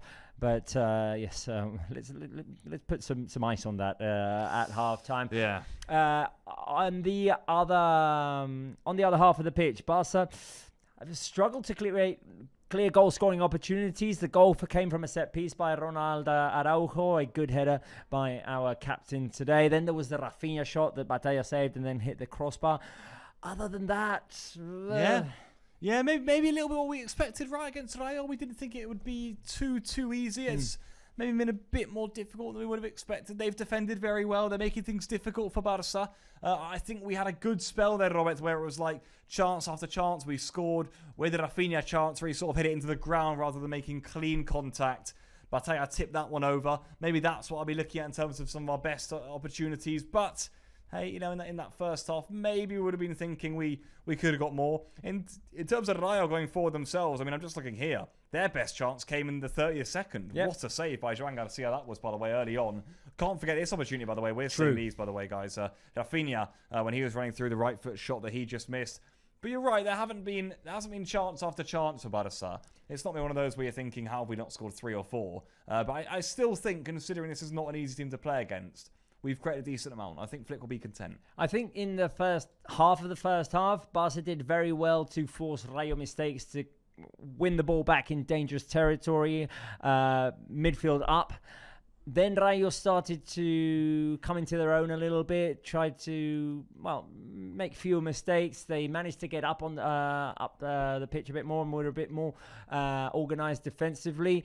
And the last 15 to 20 minutes of the first half were a bit more of a struggle for Barca, though we could have easily have scored a couple more.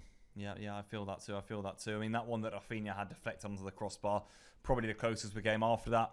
For Barca, though, I think, look, main goal today is the 3 points. We know that. Last game before the break, it's not an easy one. We don't have the best of records against this Rayo side, especially not when they be managed by Inigo Perez and Iraola before that. So this is not an easy clash at all. And I think, look, we are at a good enough spot right now. Flick has got options on the bench too. He's got a lot of energy there if needs be. The Olmos, Rashford's there, Ferran's. It's a very strong Barca bench. I think in that regard, if he needs to freshen things up, we can. And I'm hopeful about that. And, I mean, the turnaround in the second half the other day against Newcastle is another reason for optimism as well. Yeah. Let's see if we can get a better version of the team in the second half. Ultimately, you said it, Pablo, it's about 3 points, and what we want at the end of this one, at least, is that 7-point margin over Real Madrid that we have right now with this 1-0 lead. And we'll see after match day 29 ends where we're at. But the aim is to at least maintain the 4 points, maybe even increase the advantage. Pablito, Is it quiz time? It's halftime quiz time. Let's do it, people. The Quizzard is taking over. Pablito, I am handing you over the commands The reins. of the graphics. And let me just set it up for you here. Thank you. Where are we? Let me see. Let me find your halftime quiz questions here. Yeah, remember, guys, 5 questions coming up. Play along. We're not going anywhere. We'll be here right with you, so I don't want anyone. No cheating, no mucking about. I'll be keeping my eye on you. So here we go. Quiz coming up. There we go. That's the first one, right, Pablo? The one that I've got correct. set That's up the for one, you? Yeah. Okay, I'm taking a quick break. Pablo's taking over, then I'll come back. Right, let's do it, people. And we'll be speaking to Brau as well. It's all happening. There you go. Right. All right, so I'll see you in a few moments' time. And people, get yourselves ready. It's time for the halftime quiz. Question number 1 coming straight up. Let's run right through this here. And in fact, I want to have the chat available to myself too, so I can keep an eye on all of you guys playing along. Watch out, because here come the questions. Right. Question number 1 is in there. These questions are all surrounding a live Q&A we did with Danny Olmo just a few days ago. Friday afternoon we did this one. Here we go. If you were watching, if you were answering questions, which I know a few of you were. In fact, Olmo answered a few of your questions. How many languages can Danny Olmo speak? This is a really good one. Think about it. Think about it well, because this is a player who is quite adept at speaking many languages. How many languages can Danny Olmo speak? I can tell you, people, the answer in 3, 2, 1 is 5 languages. 5 languages Danny Olmo can speak. In total, that is English, Spanish, Catalan, Croatian, and German. Next question is related, though. So here we go. It's coming straight up, people. Don't go anywhere. We're not stopping anytime soon. Alia McLumvis got that one wrong, unfortunately. How many did he use during Friday's live Q&A? Different sort of questions than the one we just had. Out of those 5, how many did he use? 3, 4, or 5? In 3, 2, 1, I can tell you the answer is...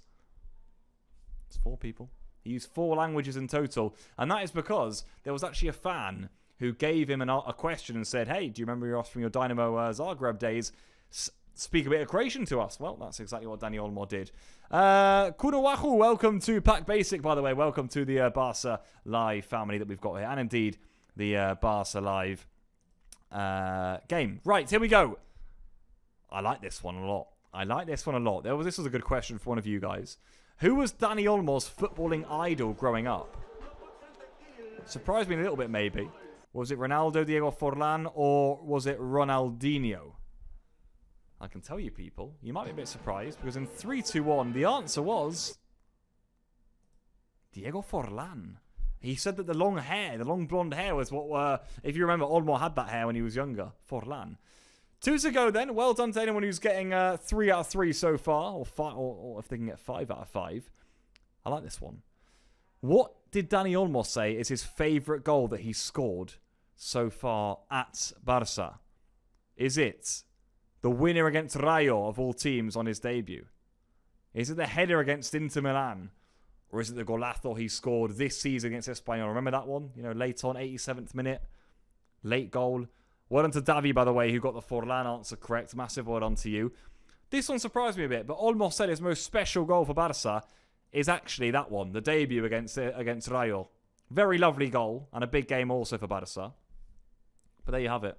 That's the answer to question number 4. And I can tell you now, people, that number 5 is straight up. This was quite funny, I thought. You got asked on a few occasions who the funniest player in the dressing room is. 3 options for you. Ferran, Pedri, or Gavi. Who's the funniest player to be around, maybe, for Dani Olmo in the dressing room? Yeah, it's not an easy one. It's not an easy one. Right, care to give us a guess for this one? I would hate to be. Oh, sorry, Pablo. Like the cable's. I'm on you. Yeah. I would hate to get it wrong because I don't remember what he said. I mean, I find that Pedri is quite entertaining. Though Gavi is a good option. I'm going Pedri. Okay, you're going Pedri, right? I'm afraid it's Gavi. It's Gavi. It's Gavi who he said. He said on a few occasions. He said Gavi's just great fun, very competitive as well. He said even when we play ping pong in the dressing room or table football, Gavi always wants to win. So. Very much the case. Robert, we do have Marek Brau live from the Spotify Camp Nou. Marek, satisfactory first half. I'll take a break in a minute, by the way. Satisfactory first half. 1 goal. Few chances. Feels like there's still more to come maybe in the second 45 minutes. Well, yeah, I think it's a good action of what happened here in the first half. Of course, what happened against Newcastle, especially in the second half, it's not always pretend to play. You cannot play at that level in whole games. Yesterday, Hans Flick said that this has to be the main goal for the team. Of course, Barca wants to keep this level, but it's not easy playing every 4 or 5 days. As you said, maybe for the moment, the best thing of the first half is the score, 1-0. In the first minute, Joan Garcia made an incredible save, but after that, Barca controlled the game. And of course, we did not have a lot of attempts, but that goal scored for the set pieces for the corner kick by Araujo for the moment gives important 3 points for Barca. Also remember that we got another good chance, that Batalla made a good save and then the ball went to the crossbar.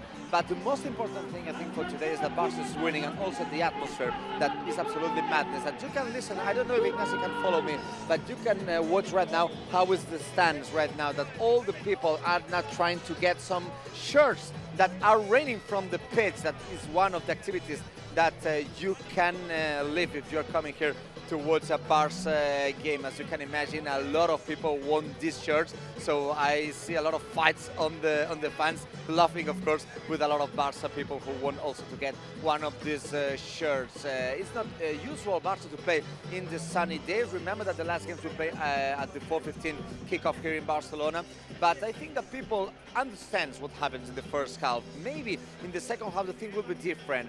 I expect that maybe Íñigo Pérez can put on the pitch important players such as the Frutos and Álvaro García are. Remember, at the 2 top scorers this season for Rayo Vallecano, they played a crucial game, an important game, the second leg of the round of 16 against Samsung Sport in UEFA Conference League that Thursday. That maybe it's the reason because such of important players were on the bench for Rayo Vallecano. But Barca has to continue, has to keep the level. I have to say that I could expect 1 substitution on Barca because I saw Ferran Torres warming up increasingly the level more than the other players on the bench, so we have to confirm just in a few minutes if Ferran Torres will be maybe one of the first options to come in the second half. But as I said, it's difficult, Robert and Pablo, to keep the same level that the team shown in the second half at Newcastle, but we expect that in the second half Barca can control the game at least as we did in the first half, and maybe score another goal to have more confidence just to get those 2 important points before the international break.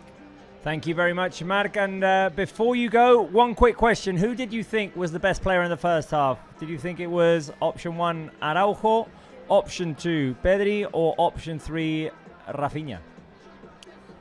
I will say Araujo because of the goal, because I think that he recovers many balls as we count, especially at the end of the first half. He put a lot of force, his level, his intensity was all around the pitch. But let me say that maybe we can put a little Joan Garcia name, because without that save of the first minute, maybe the score would be different. That is absolutely true. Mark, we'll talk in the second half. Thank you very much from Spotify Camp Nou, Mark Brau. And just taking a look there at the options. Ronald Araujo is a good one. 54 touches, 37 successful passes, getting up high on the pitch, helping Lamine Yamal in the attack. 6 recoveries for Araujo with 1 interception and 1 clearance. And of course, the 1-headed goal from the corner kick. I was was also giving you Pedri as an option in midfield, getting it done both attacking and defending. Pedri with 53 touches in this game, 41 successful passes, 9 recoveries. What he does off the ball is so important to this team as well, both when he gets back deep in defense or also taking the ball away at the origin of the other team's attack when they're bringing the ball out, just pickpocketing players. Pedri in the right spots always to recover the ball. 5 final third entries, no assists, no goals. Rafinha, I thought, had good efforts in this game as well today. Let me just bring his stats up as well. Here we go. Hang on. Wrong one. Rafinha, who today has 27 touches with 11 successful passes, 4 entries into the box, and 4 total shots. One of them hit the crossbar after a save by Batalla. The other one was after a good recovery, going one-on-one with Batalla and sending the ball just wide. And the players are in the tunnel. Let me read out some of your comments or some of your options that you're voting. Alia's going option number 1 for Araujo, also Maclumbis, also Pilita Malaguita. Give me some Araujo emojis. I think consensus is, as Pablo Walls heads back into the set here. What do we got? Consensus who is that Araujo was the best player in the first half. Yeah, fair play. I think going forward he was good. He linked up nicely actually at right back, which I think he's maybe struggled a bit more doing in recent weeks. I think going forward he created problems. Obviously he got the goal, which is big in this game, which hasn't been easy to score from. Rafinha has also been lively. Pedri with those recoveries has been key. I think Cancelo's been pretty decent as well actually on the other side. So there's a few decent options there, but... Hey. Pablito Wolves, I can see a substitution happening at halftime. Oh, Marbrau really? was telling us about it. And Ferran Torres is in the tunnel with the rest of his teammates. And you, I'm guessing, Robert, that means Lewandowski, who you and me said was going to be the key player today. I would guess. Yeah, no, unfortunately, that was not the case. Yeah, so Ferran, you'd imagine. Well, I mean, it sort of makes some sense because think about it. He's played a lot of minutes for late Lewandowski. Flick has been, churning him out. He started against Newcastle. He started against Sevilla. He started the reverse leg against Newcastle. Played quite a few minutes in that one again. Starts again this afternoon against Rayo. It does feel like maybe now would be a decent chance to rest up Lewandowski, give him some rest now, and let Ferran loose there. Because also, in the type of game it's been, Lewandowski hasn't quite been able to get himself in and amongst things, has he yet, in that opening 45 minutes. Tell you what, the players are heading out onto the pitch. That means we can head back over to game commentary. Let's do it, people.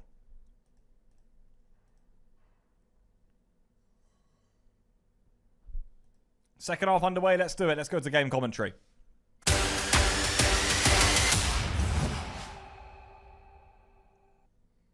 There you go then. One change at half-time for Barça. And as it's confirmed, Ferran off. Lewandowski. Or Ferran on, Lewandowski off, I should say. So a change for Barca's number 9. He leaves the field of play. Ferran is on. 16 goals this season. Same number as Lewandowski, by the way.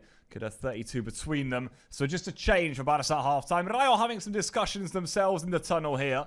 They've not been bad in the opening 45 minutes by any stretch of the imagination. They'll just be thinking, how do we tweak things maybe in the second half to cause Barca some issues? And Inigo Perez himself, talk about the Barca bench having options. He also has some dangerous players who he can introduce in the second half. Oh, yes, indeed he has. He's got the likes of De Frutos and Álvaro García, for example, 2 pass scorers against Barca. Look, Pablo, we spoke about the importance, as Rayo is going to make a substitution as well, it seems, with El Pacha Espino coming on.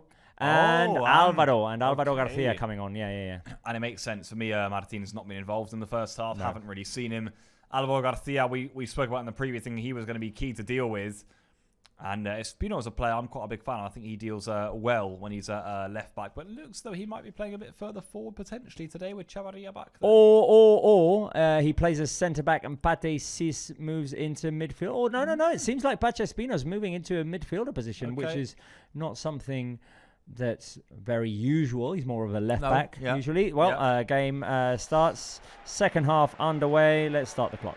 Barca back underway then, kicking us off here for the second 45 minutes.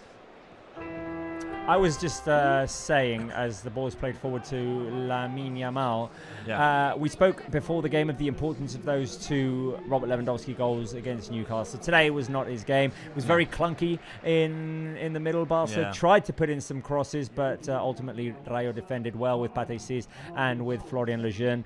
Lewandowski had a hard time getting on the end of those crosses. Barca had trouble finding him. So I understand the substitution.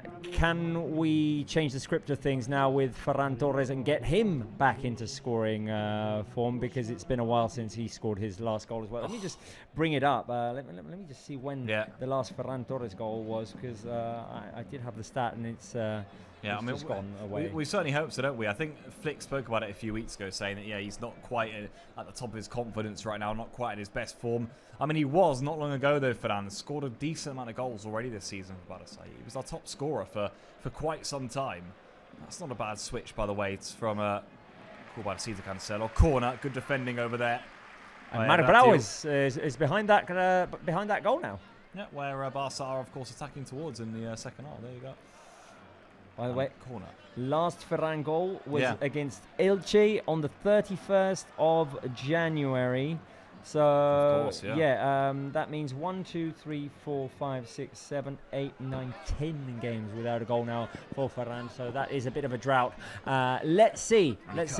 Give me some shark emojis. Give me some shark emojis. Ooh, bad defending there. Should have been a Fermin goal. Pedri, super block. That was a free kick to Rayo anyway. Wow. Yeah. Well, good chance for Barca. There was a foul given inside the box. Give me some shark emojis to see if we can get the Tiburon back into scoring form. Marc Brau, second half has started, and that change that we were talking about. You mentioned it. Ferran Torres intensified his warm-up at half-time and came on for Lewandowski. Yeah, it was quite clear that Ferran was very close to play, because he increased the level of the warm-up. And as I said, there are 5 players that are warming up for Barca right now. I see Marc Casado, I see Dani Olmo, I see Xavi Espart, I see Ronny Bardakji, and also Marcus Rashford. Those 5 options that are right now warming up next to our position. And as you commented, with the 2 substitutions of Rayo, it was very clear that Álvaro García was one of the options for the second half. And you said that it's not usual to see Pachi Espino playing in front of the natural position as a left back, but let me say that in one of the games that Rayo Vallecano played away this season, and it was one very important, in Bernabeu also, Pachi Espino played at that position from the starting 11. So maybe in that kind of games, Íñigo Pérez wants to do this. Ooh, watch out here. I'll tell you what, Rayo banging behind. I'm not sure if he was offside. Yes, he was. Yeah. I thought I knew the initial ball throw. I'm not sure if Fran Perez was. Linesman says yes. This will tell us. No. Yeah, there you go. That would have stood. Yeah. Had that ball come across the face of goal. Fran Perez just getting himself involved in play there. Guys, who would you like to see in the second half? Option 1, Xavi Espart. More minutes for the 2007-born Masia player. Well off, surely, Balathon, by the way. Yeah.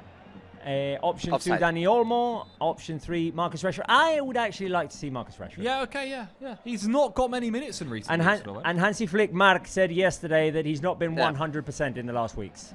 Yeah, he said that one of the reasons because he did not have some minutes in the last games is that because he was not perfectly fit, but he said that he's 100% perfect. And also remember that he was called up also with the English national team for the next international break. Yeah, indeed. He's certainly got the liking of Thomas Tuchel right now as Marcus Rashford. Let's see if he can get some minutes today. I'm going to go Olmo, though. I think Olmo's been really good in recent weeks. Very good against Sevilla. Of course, he won that penalty with his little jinking run against Newcastle in the first leg.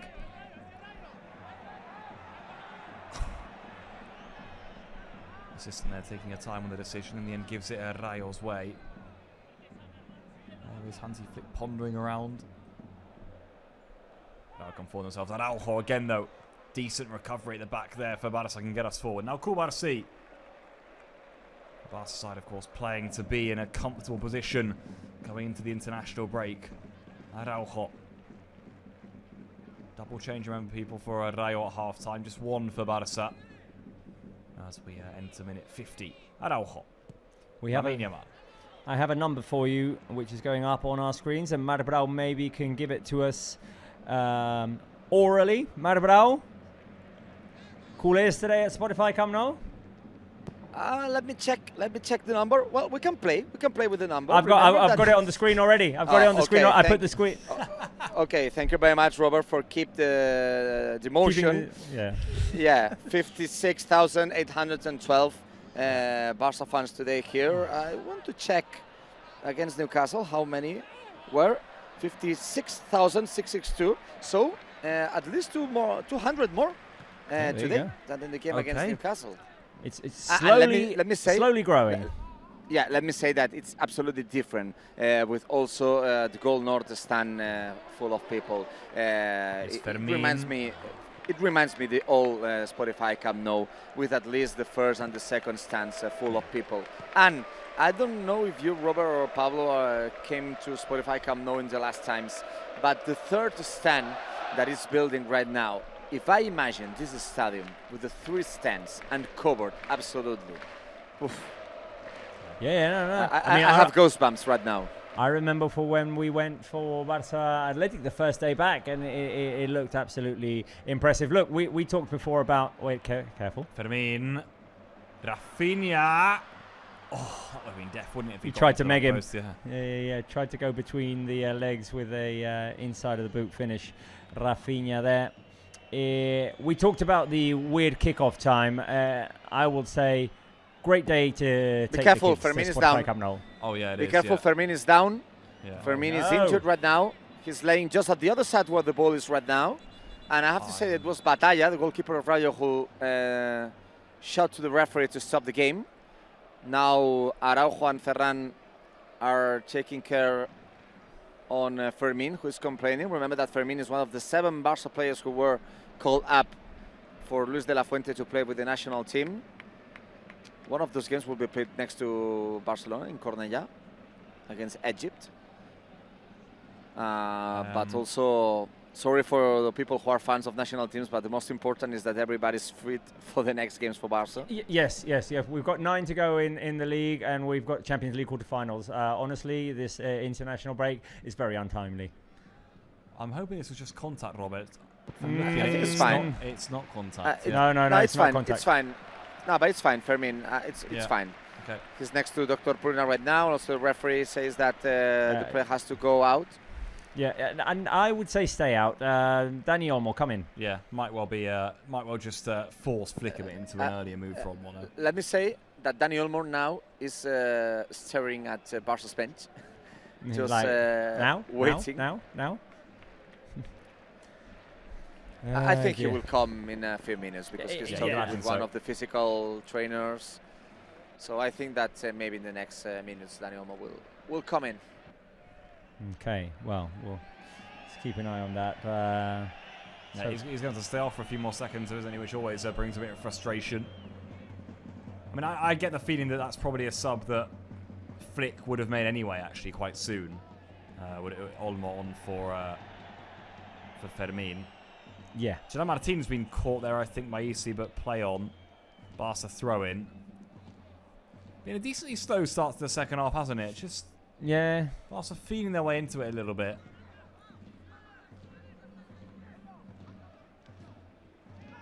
Bernal. To be careful there. Nice from Gerard Martin, and now Cancelo can bring this clear. Look at that for footwork from Cancelo. Lovely skill from him. It's a weird one because you'd say Barca's got the game in a comfortable place, but the result is not a comfortable one. No. Yeah, it all feels very under control, doesn't it? Yeah. One Rayo breakaway can absolutely change everything here, though. Now Lamine Yamal dispossessed. Yeah. Oh, and Espino, I think, should have left that, but in the end goes out for a throw-in. You know what we haven't done yet, Pablo Bulls? Go on, I think I know. Very quickly. Welcome to the family. Welcome to the family.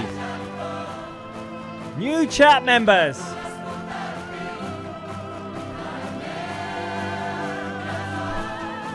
Portan l'escut al pit, Pius XN6KI just joined as a premium member. So hi, Pius. We welcome you to the family. Say hi. Let us know where you're watching us from. Where are you watching us from Pius. There's Stone Mvajdum, who is joining us as a basic pack member. Careful here, the pass through. Rafinha's going to pass or fight for it. We had CHH Ejupkarin 1994 joining as a premium member. If you're still with us, say hi. Tell us where you're watching us from.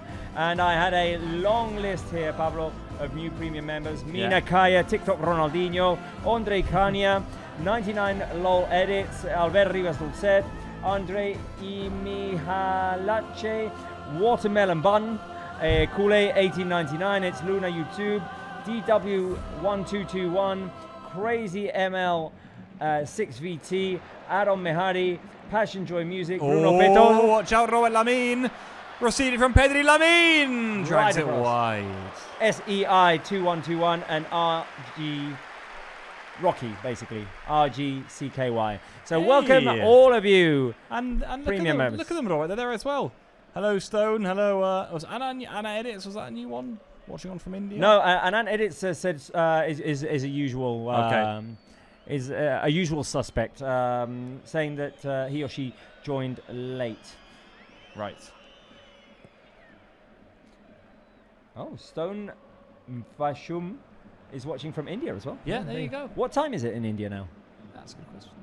Oh, good tackle from Fermin. No, he got ball.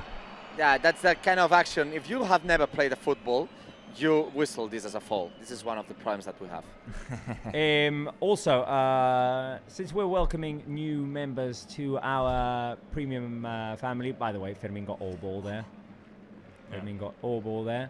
Give us some Bisca Barça emojis, I would say. Shall I make it rain on the flick cam, or shall I wait? Shall I wait? I should wait. Yeah, it's going to come to us in a minute. Here's Rafinha. Looking for the Might switch to Ferran. find Ferran. I'll tell you what, Ferran can work hard there. Yeah, he can. And he Good can try hard work from Ferran Torres. And he's won a free kick. Good from Ferran Torres. Really good. Make it rain, Bisca Barça emojis. Make it rain, Bisca Barça emojis. Come on, guys. It's 7:55 in India. I applaud the effort, and I'm no wonder you were late in joining the party. Careful here. Ferran. Yeah! Rafinha couldn't quite reach it at the back post. By the way, Rayo, we haven't even played an hour of football yet. Might well be because of that Thursday night involvement they had. Already preparing another double change. That would to mean that, well, by the 60-minute mark, 4 subs would have been made by Inigo Perez. We ask, they deliver, Pablo Wolves. Look at those Bisca Barça There they emojis filling the live chat. Danny Olmo's getting ready, guys. Okay. As Rayo makes substitutions. It's almost time. We commented this. His debut was against Rayo with a goal scored. And let's go with the substitutions. So De Frutos, the top scorer in LaLiga for Rayo Vallecano, 10 goals scored this season. Coming for Pedro Diaz, and the former Barça player, Gerard Gumbau, is out. And Unai Lopez, who scored 2 consecutive goals in Vallecas against Barça in 23 and 24 season, is also coming in. But as we said, it's Olmo time. Maybe Fermin can be the option to be out, but I think that Olmo could be a good option right now with his quality, how talented he is, the post he put on the pitch. I think it could be one of the good players to increase the level and trying to get more distance on the score. Okay, a quick correction from Anand Edit saying it's PM, not AM. Right, So late evening or evening in India right now. This is a decent sort of time game for you, though, actually. Yeah. He nearly found that out for there. Yeah, I'd agree with that, because, by the way, those changes for Rayo do pose a bit of a different threat for us. Unai Lopez, as he said, has got a decent record against us, and De Frutos certainly, talk about players, he's previously been called up with Spain and before in previous squad lists, so a player who has pedigree, that's for sure, and can cause issues. Already scored at the Bernabeu earlier this season too. Here is Pedri. Now Gerard Martin. Fermin was nearly in behind. Dragged wide here for João Cancelo. Back down the line to Gerard Martin. Fermin's in there. Contact drag just wide of the far post. And behind Batalla's goal. Unfortunate for Barça. And the last few opportunities haven't been clean finishes by the Barça players for here. Fermin. Oh, and Bernal's grimacing as well. Bernal's sort of looking at the bench saying, I wouldn't mind coming off too. Yeah, exactly. And yeah, and no, finally it will be Bernal. Yeah. Bernal for as you Casado, say. because Casado's coming on as well. Yeah, also Casado. Bernal for Casado. I did not see Casado, I have to admit it. So double substitution. It will remain 2 more players to go in for Barca. Remember that Ferran came in the first in the half time. So Dani Olmo for Fermin as an attacking midfielder, and then Marc Casado playing as a holding midfielder instead of Marc Bernal. Remember that Marc Bernal also was called up by Dani. I remember exactly what was the name of the coach of under 21. Dani Gordo, yeah. Dani Gordo. Marc Bernal will be in the under 21. Marc Bernal, who also could be an option for Luis de la Fuente. Long ball around the back there. It's trouble here for Barça. And Joan Garcia Joan. forced into a save there. Well, that's the danger, isn't it? With Alvaro Garcia and Jorge de Frutos up front. Barça just have a little bit more to worry about in behind. And that's not a bad stop at all by Garcia. He had to be on his feet there, ready for it. Well, big threat, Alvaro Garcia there. Yep. We did say before this game, today feels like a Casado game as well. yeah, I mean, good minutes him, 30 minutes him. I actually think Barca need a bit of a pick-me-up right now, Robert. It's got a little bit flat, the game, just a little bit. You can maybe, not sure how Marc will feel. Feels like it's the case a little bit in the stadium too, as the corner is going to be delivered here. Should be Joan Garcia's ball. It is. He got a vital touch, I think, because there was Fingertips, a player coming around the back there, steaming in. He lost his man, didn't he? Oof. Yeah, Fran Perez it was. He was trying to get on the end of it. Corner again on the other side. Scorer in Vallecas, Fran Perez. Yes, yeah, that's right. With a ball in the far post. Also corner at the far post, yeah.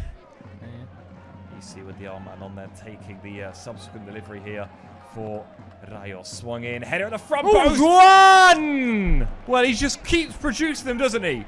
Marvellous save by Joan Garcia. Give me some Juan emojis, my goodness.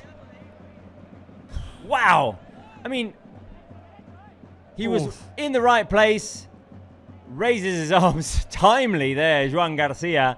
Quick reaction. It was right on top of him, but I feel like if he doesn't put his arms up, ball goes in. Oh, completely. It will go through him, I think. It was one of those where you could see it, couldn't you, Robert? I thought, that's going to go right past his head. Vital reactions, reflexes by Joan Garcia. We've got a flick reaction? Oh, okay. We need a pick-me-up, you said, Pablo. We do, yeah. Wave your flags. Get the flag out as well. There you go. I'll try not to poke your eye out. Okay. But noted. Wave your Barca flags, people. Yeah, I just feel like we need it right now, Ron. Maybe inside the stadium too. And also the members' live chat. Oh, how a second goal would just calm the nerves here. Olmo, Rafinha. Oh, and Olmo was waiting. Good defensive play there. Unai Lopez coming in there. Back to the keeper. Look at the chat, by the way. Well, there's another pick-me-up that I can give you, which is optimism. Who will score Barca's next goal? Nice. I might as well put a question mark on. Oh, watch out, Robert. Rayo in. And you know who is there again. Joan Garcia. Once more on the way. You can see Pedri just telling the Barca players to calm down. Try and keep their heads here as we enter the final moments of this one. Next goal for Barca, Robert. I'm going to go. I know I've hammered it away. Rafinha, come on. I am going. I thought you might be. We need it. We need it. Marc, who's scoring Barca's next goal? Because there will be one. Well, for me it's fine if Cordero Vega says it's over. For me it's fine. But I said that Rafinha will score today. I will go with Rafinha. He got 2 important chances. And as we commented a lot, it's an important goal, the next one. 300 goals with Hansi Flick on the bench. It has to be one of the players important for Hansi Flick. So I will go with Rafa. Okay. Give us your answers, live chat. You can also, you can answer with the emoji of the player you think will score. That's a good one as well. Matt Columbus says his wish is Ferran. So is mine. Cancelo. Rafinha lurking. Cancelo will go back here to Pedri, who, judging by his reaction, I think this wants a bit of calm here for Barca. That looked like a bad tackle to me by Ratio, by the way. And yellow card, yeah. Yeah. It was Fran Perez, sorry. Yeah, Fran Perez, second yellow card for Rayo player. Remember that Barca players booked were Lamine and Rafinha, not usual? I don't know.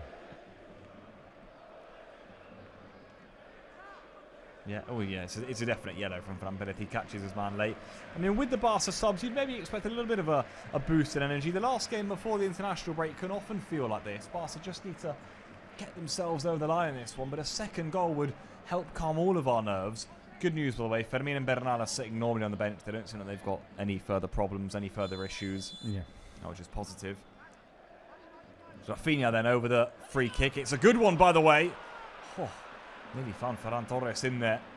By the way, we didn't get a Marc Bernal goal today at Spotify Camp Nou. It's a rare occurrence. Bizarrely, yeah. I have a list, Robert, of the key players who have most of the goals, on a little document, and I think Bernal might have to make his way on there with the attackers, Here is Joan Garcia, who, by the way, today again has produced quite a few big saves for Barca. Saves that I'm not so sure many other goalkeepers in this league would be making. Quick reflexes. The one in the first 30 seconds was big, and Lamine Yamal could be away here. Lamine. Here we go. Go Lamine. Can he go inside? Hey! Yes, he can. He's been fouled. And that has to be another yellow, surely. Yellow card's out. It will be. You just mentioned Joan Garcia stats. Let's take a look at them. 17 successful passes, 1 keeper interception, 4 shots faced inside the box with 3 saves. I felt like maybe it's more, but I feel like he's been more than 3. I'm not sure. I should remember 3 very good ones, plus a few normal ones. Yeah. Well, that's what the stats are giving us right now. We believe the stat makers. Who are we to say? I don't think Barca are very happy with where this free kick has been placed. Off of Lamine Yamal's foul. We've had 13 shots, just looking at the stats there, Robert. Almost doesn't feel like it. Only 4 on target, though, maybe, is what's... Yeah. Anyway, then, Rafinha, as we've reached the halfway point in the second half. Like I said, we had a few of those that were misdirected, that were like weak shots. Yeah. All of those count. Here we go, then. The Brazilian's over it. He crosses it. Anyway, EC falls to Pedri. And Cancelo through a crowd. Olmo through a crowd again. No one waiting at the back post. Well, he had Rafinha and Lamine around him, didn't he? And he took charge of the situation, Olmo. Just drilled it into an area where maybe someone could get on the end of it, but nothing to do for Barca. I have a feeling that Dani Olmo has good numbers against Rayo Vallecano. Is it just the goal in his debut, or has he scored another goal against Rayo as well? Did he score it? Oh, he did score last season. No. Must be just the goal, right? Yeah. Oh, okay. Yeah. I had the feeling. The Rayo man. He actually, by the way, in the quiz at half-time, we were saying Olmo yesterday on Friday in the Q&A said that's his favourite goal with Barca. The first one. Yeah. Which surprised me, because there have been a few. I was thinking the screamer against Espanyol. Do you remember that on the start of the year? Yeah. Scored a great one as well against Slavia Prague. Yeah, he did. Yeah, that was a cracker. Yeah, of course. I like his goal at Montilivi last year against Girona. Yeah. At Montjuic against Espanyol, the one off the bar and in off the Lamine pass is a lovely goal with the outside of the boot ball from Lamine too. I don't think his favourite will be this season's against Atletico de Madrid. No. Shoulder injury? No, yeah. Bittersweet now. Yeah. Pedri's got to be careful there. He just gets away with it. Now Kubarsi. Castelló, can Barca play forward again? No. Robert, I remember the kind of expression that you like in Catalan for this game, that is ja el farem. Yes, it is a ja el farem game, totally. It's to translate it into English, it's a don't worry, we'll score game. Don't worry, we'll score. And then all of a sudden, you're in the 87th minute and you're still 1-0 up and worrying that you won't concede a late equaliser. Yeah. It has slowly turned into one of those games, hasn't it? It has. It wasn't looking like it was going to be, actually, in the first half. Once we got the first, I thought, okay, this is looking quite promising. Credit Rayo, they've stuck in the game, and they're frustrating us. Watch out here, though. Rafinha. Inside cross looking for Ferran Torres. Yeah, he was lurking. Cease away, kept in play. And, well, very impressive skill, too, there. And still, Mairatu, but he's giving it away, overcomplicated things. Caçador, Ferran. I mean, was in if he knew he was there. And I'm not so sure he did. Gerard Martin again, though. He didn't know initially. Then he became aware. Tried like the back heel touch. Nothing. Too late by then, wasn't it? Kubarsi with a commanding header, though, from the back. This is turning into a scrappy game. Yeah, it is. More the sort of game that Rayo would have wanted, I think, is the bad news, I suppose. But Barca do, of course, have that advantage. Well, Rayo will be thinking here, look, I mean, the goal we gave up was at a set piece. We're shutting down what Barca normally do very well. Then, well, corner kick, you can give those away sometimes. Yeah, 100%. Especially if you've got like Araujo on the end of things. Nice idea that from Lamine and Olmo, but it was overhit in the end from Barca's number 10. It's nice from Chavarria, by the way. Another one of those players that you think, he's going Yeah. to be in the The Rayo squad fullbacks, next yeah. season. Yeah, fullback. I'll tell you what, they've got a very tidy team for me. Oh, A side who, you can tell when they're on the ball, they're very comfortable. I think that their situation in the league is a direct result of having to play Thursday, Sunday. Yeah, yeah. And they've got off-field problems as well, of course, Rayo, don't they? Yeah. Well, and they had actual pitch problems as well during a stretch of the season. They played at Butarque. They Yeah, beat yeah, but Atleti at Butarque. the game they had to play against Atletico in Butarque, they won 3-0. 3-0, exactly. It was the game played after the 4-0 that Atletico won us in La Copa. And Yeah, now well, it's a foul and yellow card for Pau Cubarsí, Yeah. who is Yeah. receiving the 3rd yellow card of the season in La Liga. We need a pick-me-up. we need something here, We guys. do, yeah. Good news, by the way, is that Bernal went off without getting a yellow card, so everyone's clean for Atleti in terms of suspensions. If we don't get a red, of course. If we don't get red, yeah. I thought he got a bit of the ball there, by the way, Cubarsí. It's a bit of a harsh yellow, I think. I understand that he sort of stops EC in his tracks, but yeah, Ali But says 6 that's yellow really cards, just 3 for Barca, 3 for Rayo. Do you think it's a tough game for 6 yellow cards? I don't think. He's not being very lenient. The No, referee. no. I mean, got ball there. He has been. Nah, booked, they're I trying think. to force the yellow card. Yeah, Yeah. this is what they pretend. Rayo come forward themselves though with EC. Fran Perez. It's going to fall again here to EC. VAR can't intervene for a second yellow. No, they can't. Not yet. In theory, that's being spoken about for the World Cup. And from then onwards. Well, We wouldn't be getting away with that, is what you're saying. Next oh, season. well. I thought it looked like a foul in lifetime. Enough for a second yellow, what are you thinking? You might have a look at it. Yeah. Anyway, That's going to trickle behind. Goal kick to Barça. I see Hansi Flick. I don't know if you can see also the Flick cam. A little bit worried. Right now, Hansi Flick is going on the bench. And now, the referee is talking with Carlos Naval. Something has been said. Yeah, I think that the referee said to the delegate that To something Carlos has Naval. to be said for all the On the stadium. PA system, yeah. Yeah, but I don't know if it's because there's something that somebody said to the players, or I don't know exactly what is. I don't listen to nothing. Oh, no. He's saying. whistle. Exactly. He's saying. I've listened to a silbato en la grada. He escuchado un silbato en la grada. I've listened to a whistle in the okay. stands. Yeah. You know why I heard that? Because when Brau was speaking, I heard a whistle and I thought the play hasn't been stopped in live time. Yeah. So someone's got a whistle and it's confusing people. You know, I like Alia's idea. Give me some footballs in the live chat. To force some goals. Force some goals. Exactly. Yeah. Let me give me some hammers as well to break down the Rayo wall. By the way, he still doesn't seem happy with the situation here. The referee is still waiting for that to be said on the speaker. Yeah. Okay, well, we'll have to monitor the extra time given as well. Yeah, we will. Yeah, indeed. I mean, this one's just slowly ticking away, turning into a hard afternoon's work for Barça, but it's turning into one of those games, Robert, that if we do escape it with a 1-0 win, I think we'll go home very happy, won't we?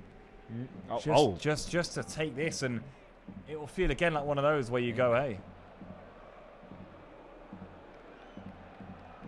Well, I'm just trying to get that sorted, in which so that we can restart the game. That announcement. It's turning into a tough game. This one in which Barca will have to grind their teeth here. Turn into one of those of Barca, I think. There we go, by the way.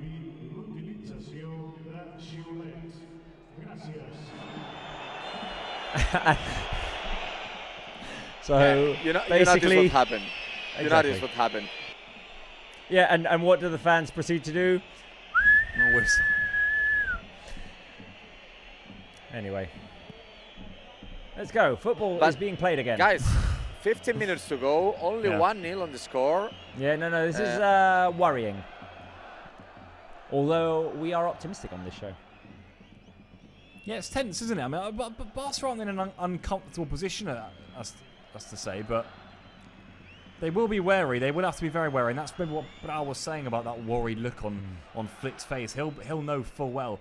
One defensive slip up, Rayo in, and this can blow the La Liga title race wide open. So just something to be wary about here for Barca. One of those match weeks, isn't it, where it can just swing one Exactly. way or the other, the way things go. If we drop points and Madrid win in a big game for them, or again, if we win and they drop points, it's... Completely different outcome, Yeah. and it can be in isolated situations. Yeah.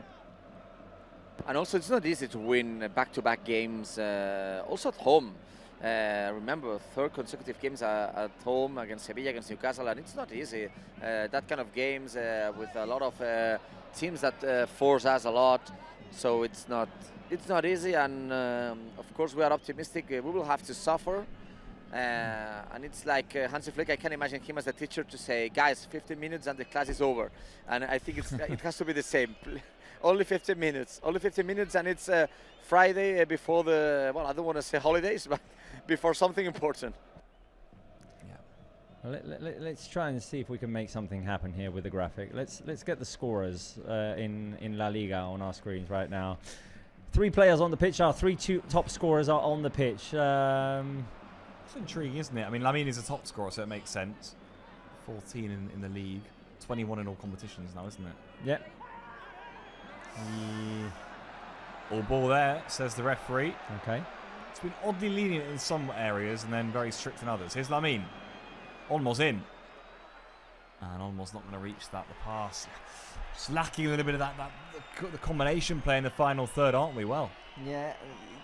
Lacking finesse, Barca today. And yeah, I don't think there was anything there. There wasn't anything on that. No, great. Alvaro's still down.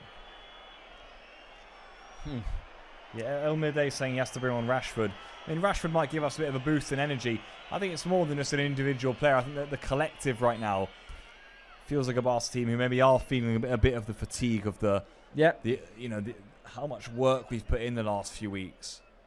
I'm just feeling like, hey, this Barca team knows now if we get over the line here, this is big for the season.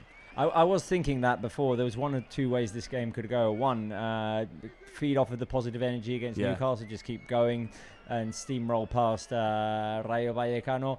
The other is, okay, initially we did see that, but batteries starting to fade a little bit, and the team's energy not matching really what we want to do here. Yeah, completely.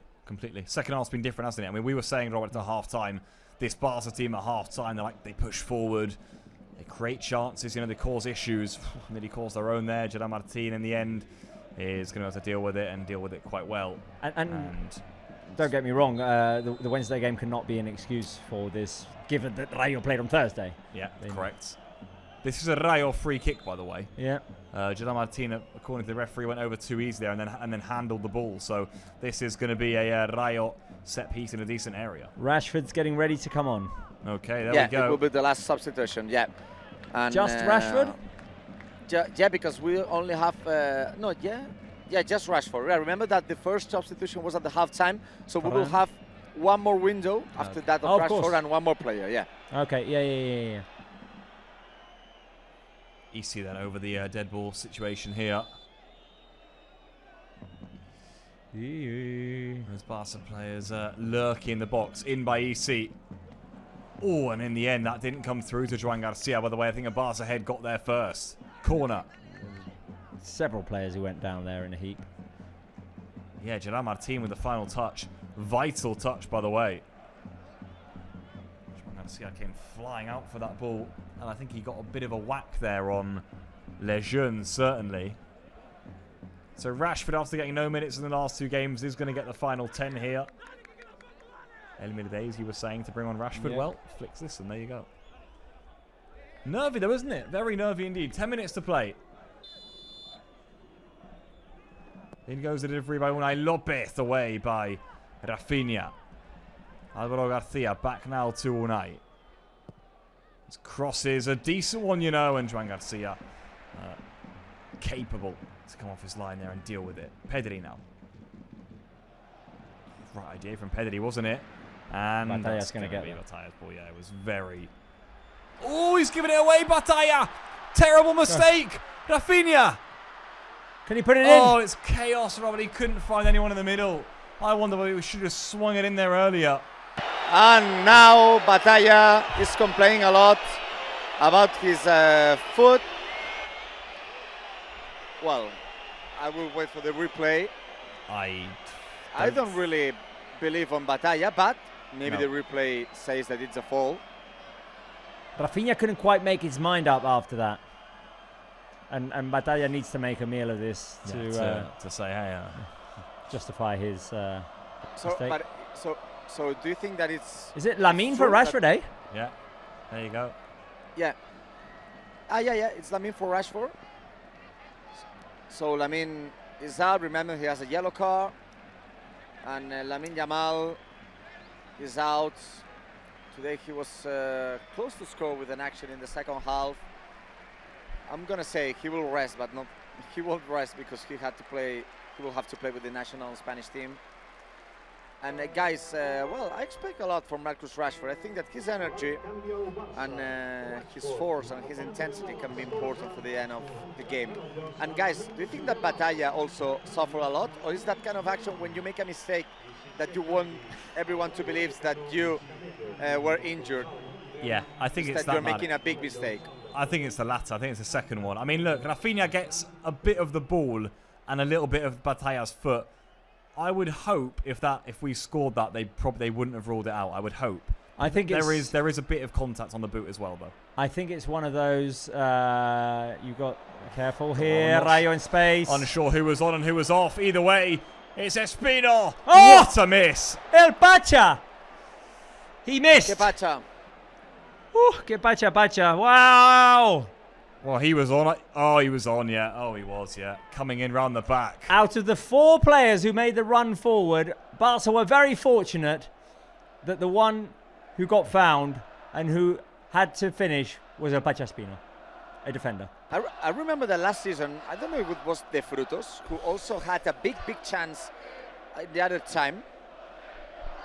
And it was very similar to this, but Barca needs to focus and Barca needs to concentrate. And if we have to defend, we have to defend. And now you listen to Spotify Camp Nou. They're trying upping the to volume. help the team. Yeah. They are, and they need all the help they can get. Oh, yeah. Said it for a while now, haven't we? Barca need this support from the crowd. That probably the closest Rayo have come in this second half. What a big chance that was. Who on earth is he going to give the ball back to here? The referee, Barca, I think. Yeah, I think. Barca, yeah. How are we feeling, Coolies, is the question. Option 1, more worried than I expected. Option 2, no need to worry. Option 3, always optimistic. I like to think that I'm always optimistic. I am, having said that, more worried than I expected. I'm more worried than I expected, but I'm still optimistic we're going to get the job done here, Robert. Okay. I think. Trust this team. Trust Hansi. I do. I trust this team. I think we are, despite the fact that we've suffered it, I think we are playing a serious game. That's Go good from Marcus. Rashford. That's the strength we needed. Marcus Rashford, final third. Oh, and he's been beaten to the ground there, surely. No? Nothing. Mark, how are we feeling? For me, it's a clear penalty. No, And well, no, it was referee said outside of the Rashford, box. no. Yeah, but it's a clear foul because for me, that actions when you put a shoulder on shoulder, sometimes it's a foul. Yeah, the shoulder on shoulder thing. I have strong opinions about. That's a foul for me. I'll tell you what. He's got no intention I'm of very playing close. the ball either. I'm very close. It's a clear foul. Clear foul. I said penalty Yeah. because I thought it was inside the box. But when you put a shoulder, and it was not Marcus Rashford's shoulder, it was Marcus Rashford back. So it's a very clear foul. Right, 5 minutes to go, eh? We're going to have a little bit added on, though. Yeah. Expect a big added time. Because of the whistles, Yeah. Substitutions. Chavarria. Here's Alvaro Garcia. Back post is on. If he hurries, he tries. And that should float behind, but no, I think it's Cameo who's going to reach it here for Rayo. Again, Cancelo, though. Gives it away. Cameo. Oh, goodness me. Got his cross all wrong, didn't he, Cameo? And Alvaro Garcia got in there. And it goes behind for a goal kick in the end. Well, you thought he was safe here, Cancelo. Yeah. But no. But he wasn't. Chat, give me whatever you want. I don't know. Blue and red hearts. Yeah, we could do some hearts. Come on. Do some hearts. I mean, all the energy you can give us will be welcome. And all the energy you can give the team will be welcome. Come on, guys. Miscal Barça. Va, va, va, va, va. These are the vital minutes in the season, Robert, that you do look back on at the end of the campaign. Yep. We had a few of these. In fact, the 1-0 against Rayo last season. Yeah. Mark said it was a little bit similar. I remember a 1-0 against Mallorca at Montjuic too. It was they didn't have many chances, but it was again a bit like just get over the line, get it over and done with. Oh, that was the game. The keeper. What was his name? Leo Roman. Leo, exit. Yeah, the Leo Roman game. There's the cross. Gerard Martin away. Yeah, Maldini. Casado. Chavarria then again for Rayo. Get the feeling there's going to be a bit more defending than attacking to do here for Barça in the final exchanges. Hanging on, Barça here. Can we create something though? Last half an hour, how much have we created, Robert? Very little. Very little. Yeah. Come on. Blue and red hearts. Keep them coming, guys. Keep them coming. Ticking away. Oh, good take as well by their Frutos. Cameo's up there in support. Ratiu rather. Still Ratiu. He's kept it in play. This is good footwork. Oof. That's even better defending by Kubatsi. Come on, Marcus. Get us up the pitch here. Marcus Rashford. Take it all the way down line, I think. Oh! Yeah, there you go. How about this from Hey! Rashford? Cynical from EC. Yellow card. Credit Rashford for his reaction to that, by the way. Not getting frustrated. Right. And that's exactly what we needed off the bench. Just get us up the pitch. Take a free kick. Lovely little nutmeg too, by the way. And a cynical foul from EC. But the bench all depends. Also, Hansi Flick were very frustrated because in Marcus Rashford missed that tackle. Maybe he could have a good attempt. Yep. But I think that for Risi, I think that it's normal that he made a fall. Obviously. But it's a good action for Rashford, and I think it's good also to calm down everyone and to get some seconds. This is what Pedri has not done now. And so unlikely. Plus at the time. Very unlike Pedri to do that. Yeah. Yeah, but it does almost feel like the team are almost going, let's tie this up, eh? Yeah. I mean, it's something we have wanted to learn how to do this season, wrap up these sorts of games, kill the time a bit more. Barca have been unable to... Who I think Xavi Spar will be the last substitution. Okay. I think. Barca have been unable Gabi. Let me check. Let me check if slow Gabi or this Xavi game Spar. down. Let me check. Or let me help. Okay. Let us know. Barca have been unable to slow this game down via possession. Via just, hey, let's keep the ball. Yeah. Put this to sleep. Yeah. Put this to bed. I don't know if that's an energy problem. I don't know. I mean, it's... They're in, and you can see that coming a mile off. Big chance! Juan! He just keeps on making them, doesn't he? De Frutos arrowed that to the corner. And Juan Garcia. Well, I'll tell you something. We have a poll right now on our live chat asking for the MVP of the game. Juan Garcia's name needs to be on there. Oh, it absolutely does. He might be taking my vote right now, Robert, if Barca hang on he's here. Absolutely taking my vote. Cancelo has had enough. Let's hope that's just him going, I'm busted, rather than him going, I'm injured. Remember that also Cancelo was called up by Bob Martinez from the national team of Portugal. Well, let's return that call and say, look, we need him in 2 weeks. He needs rest. Well, standing ovation for Cancelo. I think that he increases his level since the first game he played again with Barca until now. He was so important. Also, if we have to add the injuries by Balde and Koundé, he gives us a lot of good level. So Cancelo is out, and Xavi Spar will play for the 4th consecutive games. Remember that he was on the starting 11 against Sevilla, but he played twice against Newcastle. So 4th game for Xavi Spar, and then we are in the 90 minutes. So hold on to know exactly the added time. I will give you exactly the number. I expect at least 4 or 5 minutes. I say 6 or But- 7. Me too. And we'll say 6. There you go, yeah. There we go. 6 minutes added on. I'm expecting a rejig at the back then for Barça. Corner.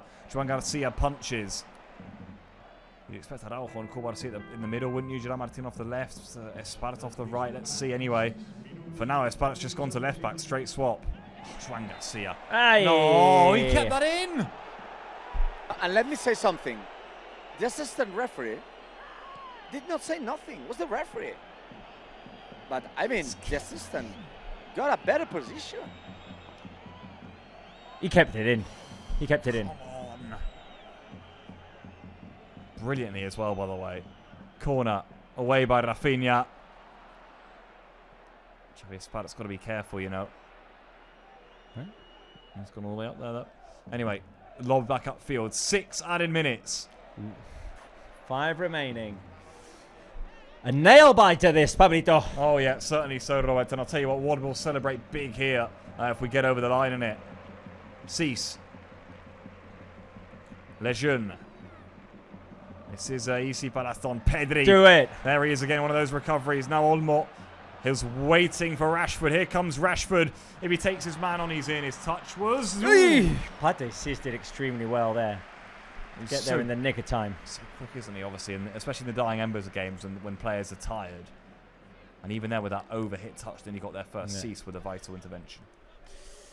Oh, yeah. Throw in Barca. We're taking our time on it, aren't we, as well here? Which, oh, by the way, I didn't update the... Right, and it does look as if that's what's happened, by the way. Gerard Martin has now come to left back. It's a bit of a rejig to be done at the back. Here is the Barca left back. 2 minutes of the 6 played. Nice skill there. Rashford now. Varane. Pedri. Back to Ferran Torres. Olmo waiting. Ferran couldn't find him. Cease clears. Ratiu. A few really good performances in there for Rayo, by the way. Look at Ferran. Oh, look at Ferran getting Back in to there. This team, that's a Barca ball, isn't it? No, but... Flick not too happy. That one hoofed up rather than away, though. Might give Barca a chance just to win this back. Pedri does. Olmo, nice turn from him. Good strength. Ferran, bit of room. Good idea. Xavi Esparza. He's in. Rafinha. Doesn't use him now. Still Rafinha. And still. And they'll recycle this one here for Barca. We're doing a decent job now of actually just ticking this one down. Rafinha. Did very well there, Rafinha. Oh! Came off in last. 3 minutes. Unlike Barca, this not going for it. Yeah. It feels like a team playing for a 1-0 rather than a 2, doesn't it? That's for sure. Lejeune. How much have Rayo got left in their tank? That's the question. Yes, Rashford. Good from Rashford. And now go for it. Olmo. Look at Rashford on the left-hand side. Can he find him? Olmo drives inside instead. Maybe he ought to have played that wide, you know. Play to the corner. Terrible giveaway themselves, though, from Rayo. I think fatigue is kicking in for both teams. Oh, 100%.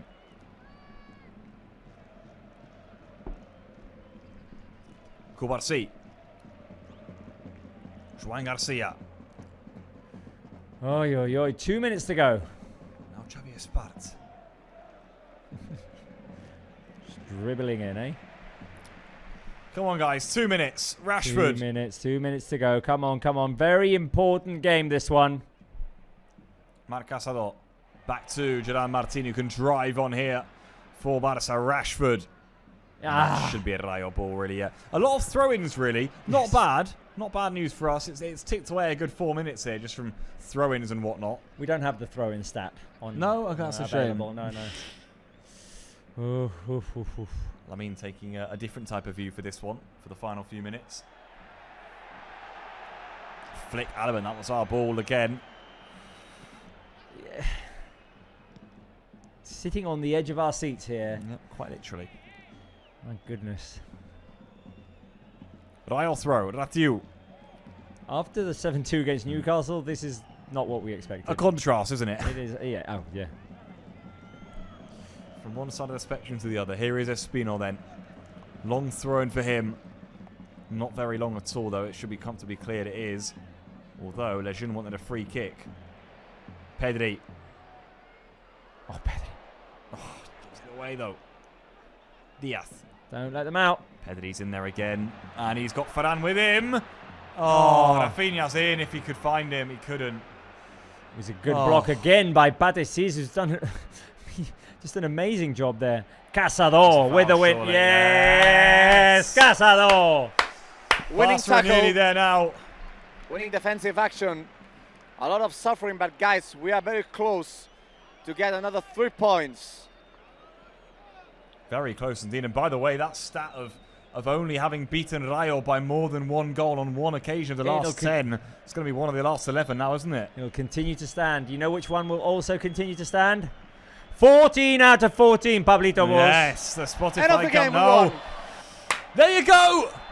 Full time here at the Spotify Cup now. That's a really big win for Barça. We came into the game knowing there were 10 games left in the league. Now there's just 9. It's a Ronald Araujo header from a corner that's the difference between the two sides. But look who LaLiga have given their MVP to. They've given it to Joan Garcia. And I'll tell you what, fair play. He was glorious in goal again for Barça. Another clean sheet for him. Barça just keep marching on. For now, 7 points clear before the Madrid derby tonight, which now we can watch in peace and quiet. Not an easy one at all for Barça. They certainly had to suffer from start to finish almost, and especially in the second half. But at full time, Barça get the job done. Full time, Barça 1, Rayo 0.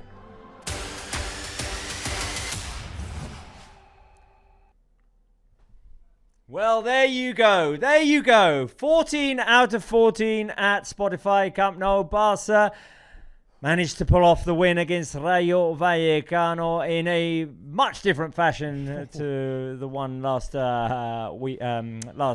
Wednesday against Newcastle. But hey, 3 points are 3 points, and on we go in La Liga right now. 7 points clear of Real Madrid, pending their game against Atletico later on tonight, putting pressure on Álvaro Arbeloa's team. Pablito Wolves, I don't know if in the month of May we'll look back at this game and remember just how much of a grind fest it was, how much we had to sit on the edge of our seats, and how hard Barca had to work for these 3 points. There's been a few of these of late. I'm just thinking now the one against Athletic Club as well was a little bit similar. Last 20 minutes of that one, we just grinded out after the Lamine solitary goal at San Mamés. This one today, we all had a feeling it would be tough coming into kickoff, but there was a moment in the first half where I thought we were maybe going to run away with it. In the end, though, no, it wasn't to be. Credit Rayo. Every time we play them, especially, often when they come here as well, by the way, not just at Vallecas, which is hard enough as it is, they cause big problems. Last season, 1-0. They're clearly tactically very well set up. And Inigo Perez might well be thinking, it's actually frustrating that I'm not able to get anything in the end out of the games, if I'm not able to just get us over the line to get a draw or something. So massive credit to them. You can't imagine they'll be going down with the way they play. I wouldn't think so anyway. They're 4 points clear now. They should be okay, but they have got Europe to contend with. But for Barça, I do think, Robert, it's going to be one we look back on at the end of the season. And it might not be the last game we have to grind out like that, And so important, too. I'm just thinking now, so important, because we need, of course, need the points. I'm thinking we've got the Madrid derby tonight. When we come back, we face Atleti at the Metropolitano. Imagine if we drop points tonight and things don't go well. All of a sudden, you've got big pressure on you, so you must be careful. Well, stay with us. Coming up, reactions and analysis. We'll be back in a couple of minutes.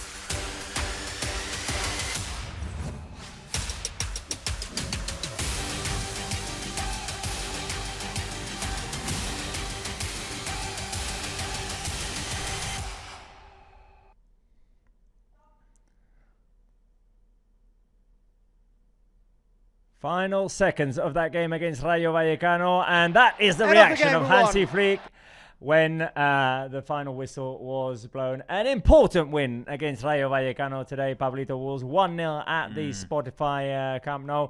A hard-fought win, one in which Barca struggled really, especially in the second half, to keep the game under control, to create clear goal-scoring opportunities. Not the Barca we're used to seeing, but hey, if you want to win titles, if you want to win the league, there are going to be games like this throughout the 38 matches played in a season, and you have to know how to win them. And Barca managed to keep a clean sheet today with a great Joan Garcia. We'll talk about his performance in a second. And all in all, we get 3 points, which right now put us 7 points ahead of Real Madrid. That's brilliant. The reaction from Hansi Flick. I'll tell you what, I think that's quite symbolic in a way. He almost celebrated that flick more than the players did. I mean, he'll know full He almost well. celebrated it more than the goal. Yeah, I mean, that was a proper, visceral reaction there from Flick. I think he'll know more than anyone just how vital it is to win a game like that as a coach. He would have said to his players before the game, guys, this is the final step before a bit of a break. We come back, we take on a whole new challenge in the season. We've got a whole new challenge after that with Champions League games, with league games. But for now, get over the line in this one. We did that. Much has been said this season about Barca conceding goals. Today, the team was able to keep a clean sheet. LaLiga gave Joan Garcia the MVP of the game, and the MVP of the game, Joan Garcia, is speaking to Marc Brau. We're next to, maybe, the play of the match. Estem al costat de Joan Garcia. Joan, què tal? Bona tarda. Com ha costat, però al final heu aconseguit la victòria, que era l'objectiu. Sí, ha costat, més del que ens hagués agradat, però bueno, teníem clar que el més important era guanyar, hem aconseguit els 3 punts abans de l'aturada, així que molt contents. El Rayo no voldrà jugar més contra tu, Quins 2 partits t'han sortit, tant a Vallecas com avui? Sí, justament han sigut 2 partits que bueno, he estat a bon nivell, però bueno, jo intento fer bé a tots els partits. Fins a quin punt és important arribar a l'aturada ara amb aquesta victòria, més enllà del que pugui passar al derbi madrileny aquesta nit, arribar amb aquesta confiança, amb arribar com a mínim amb aquests 4 punts de diferència ara, què suposa per l'equip? Bé, molt important. Teníem clar que aquesta setmana de 3 partits era clau aconseguir 3 victòries, ho hem pogut fer, així que ara l'aturada per carregar piles i ja està. No ens donis més ensurts, Joan. Estàs bé, no? No, bé. Tot bé. Que vagi molt bé aquests dies també amb la selecció. Moltes gràcies. The words of Joan Garcia. I congratulate him about the collab with the Spanish national team, and in the last question I asked him, please, are you okay? And he said, yeah, I'm perfectly fine. So the play of the match, Joan Garcia, Barça won today against Rayo with a big performance of our goalkeeper. There you go. The words of Joan Garcia, calming us all down, saying that he's fine. Big performances in both games against Rayo Vallecano. Joan Garcia showing why he was a key signing for this season. Keeps on producing though, Robert. I think in the summer we probably said, yeah, we could do with maybe a sign like him coming in. His signing was perfectly made. It was a brilliant market opportunity. It was a brilliant acquisition. And we all knew this was one of the best keepers in the league. I'm not sure we quite knew he was going to be this good for Barça immediately, but he was.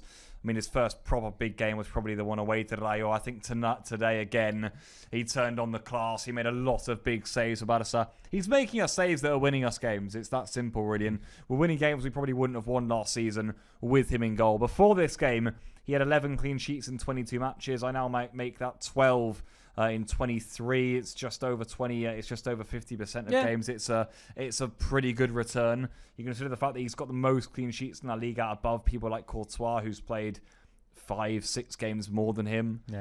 Or Black's up there too. This is a player who is making Barca more defensively sound. Also, given the way that Barca play as well, the amount of times that sometimes he's exposed to one-on-ones, that half of the games in La Liga end in clean sheets is great.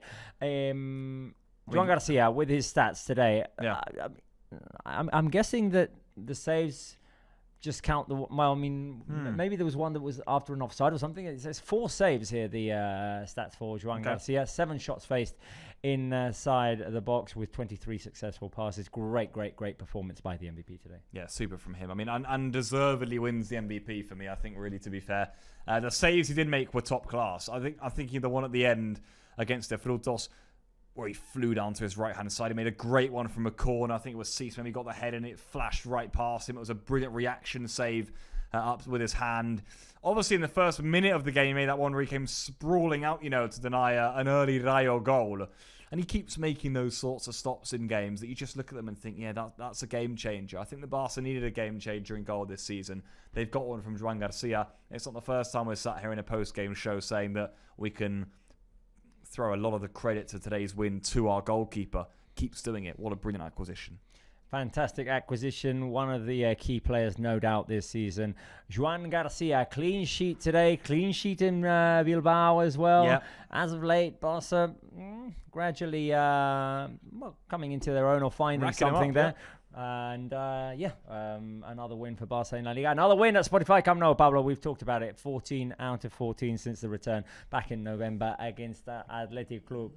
Today's was a tough one, but it counts nonetheless. And I was saying before, I don't know if in a couple of months' time, hopefully we'll be lifting a title. Yeah. I don't know if we'll look back and remember just how much how much of a nail biter this was. Yeah, it certainly was. I mean, the home form is carrying us through. It's very good, and it's very difficult for teams to overcome Barca here, which is what we wanted with the return to our home, to the return to our stadium, right? It feels like it's what we've got since we've returned here. I think I remember you and Llorent saying on the very first day you were there on the return, it's going to be difficult to beat us here. I think that was a sensation, but it has carried through every game. We do seem very difficult to stop here. Like there's an overpowering force that we're going to score goals. Today was maybe some of the most we've suffered since we've made the move back, to be fair. And I give credit to Rayo in this that one in that regard. Eintracht maybe as well? Yeah, Eintracht was a tough one. That's a fair point. Eintracht wasn't the most pleasant of watches. Other than that, though, we've been able to at least get away with goals. And I suppose this was the only time we've only scored one, right? Since returning, you'd imagine, isn't it? I don't think we've won 1-0 here previously, so there you go. No, there you go. It's the first time for everything. Like I've said before, credit Rayo for that. I thought they were really strong without possession. In it, they created some good chances. If it wasn't for the man possessed in the goal, they might have got a goal or two themselves. I do think we felt a little bit fatigued. I made the point that I think we maybe had got over that in recent weeks. Flick obviously chose not to rotate the team very much also himself. We expected a few more changes, maybe for fresher legs. Yeah. He didn't. He wanted to go for sort of the Gala 11 he's got in his mind right now that he thinks is the strongest to go and win these games. Fair enough. This is the final one before the break. We got the job done. We got the win. I think we probably expected maybe a few more changes in the team. I'm not sure whether that played a part, but it's certainly fair to say that by the time we got to that second half, we did like a team who were going, let's wrap this one up now. It did feel like that was an issue today, that energy was fading. And we'll talk about that in a second because Matt Arau is with the goal scorer, Ronald Araujo. Yeah, with the goal scorer, with all of the heroes of today's game, al lado de uno de los capitanes del Barça, Ronald Araujo. Ronald, ¿qué tal? Buenas tardes. Buenas tardes. Qué victoria, qué importante, cómo ha costado. Veníais de una gran exhibición contra el Newcastle, ya sabíais que el Rayo no iba a ser sencillo, pero no sé si se ha sufrido un poquito más de lo que pensabais. Sí, sufrimos creo un poco más de lo que pensábamos, pero sabíamos que íbamos a jugar contra un gran rival. El Rayo es un gran equipo, son muy intensos, tienen jugadores muy rápidos, los laterales, los extremos, siempre te buscan la espalda. Sabíamos que iba a ser difícil, pero lo más importante era seguir en racha de victorias en casa, sumar de a 3 y bueno, irnos líderes al parón, que era lo más lindo. Es lo que te iba a comentar. Después de aquel partido del Girona, el equipo hizo un cambio de chip radical y desde entonces todo victorias, más el empate en Newcastle. Llegáis con los objetivos casi cumplidos, una pena lo de la Copa, pero qué importante es para el equipo esta racha de 5 victorias seguidas en la Liga para ahora poner más presión a los perseguidores. Muchísimo. Creo que sabíamos que teníamos que cambiar el chip después de esa derrota. Creo que nos hizo daño, pero nos hizo crecer porque trabajamos, ajustamos cosas que creíamos que era importante poder ajustar y bueno, ahora estamos en buena racha, nos vamos al parón y feliz por eso, pero bueno, queda mucho todavía, hay que seguir. Esta temporada habías marcado en Oviedo y en Albacete, habías marcado aquel gol en Montjuic inolvidable contra el Girona, pero Ronald, hoy has vuelto a marcar aquí en el Spotify Camp Nou. Cuéntame cómo ha sido el gol, cómo lo has vivido, volver a celebrar un gol aquí donde tantos años has jugado. Bueno, estaba deseando, la verdad. Y nada, pude tener la fortuna de poder ayudar al equipo con el gol. Yo vi que Joan tiró el centro pasado y bueno, tuve la fortuna de estar ahí, poder cabecear, que entre la pelota, muy lindo, buenas sensaciones. Creo que puedo aportar mucho al equipo de esa manera y me exijo mucho para poder ayudar al equipo cuando subo al área para poder hacer gol y bueno, contento porque hoy pudo pudo darnos los 3 puntos. Y te hago la última, tú marcando y Joan parando. Vaya partidazo ha hecho otra vez hoy, ¿no? No, Joan es espectacular, espectacular. Estamos muy felices de tenerlo con nosotros, se ve cada día y en los entrenamientos es lo mismo lo que viene en la cancha. Es importante, estamos felices con él y ojalá que siga de esa manera. Gracias, Ronald, enhorabuena. Gracias.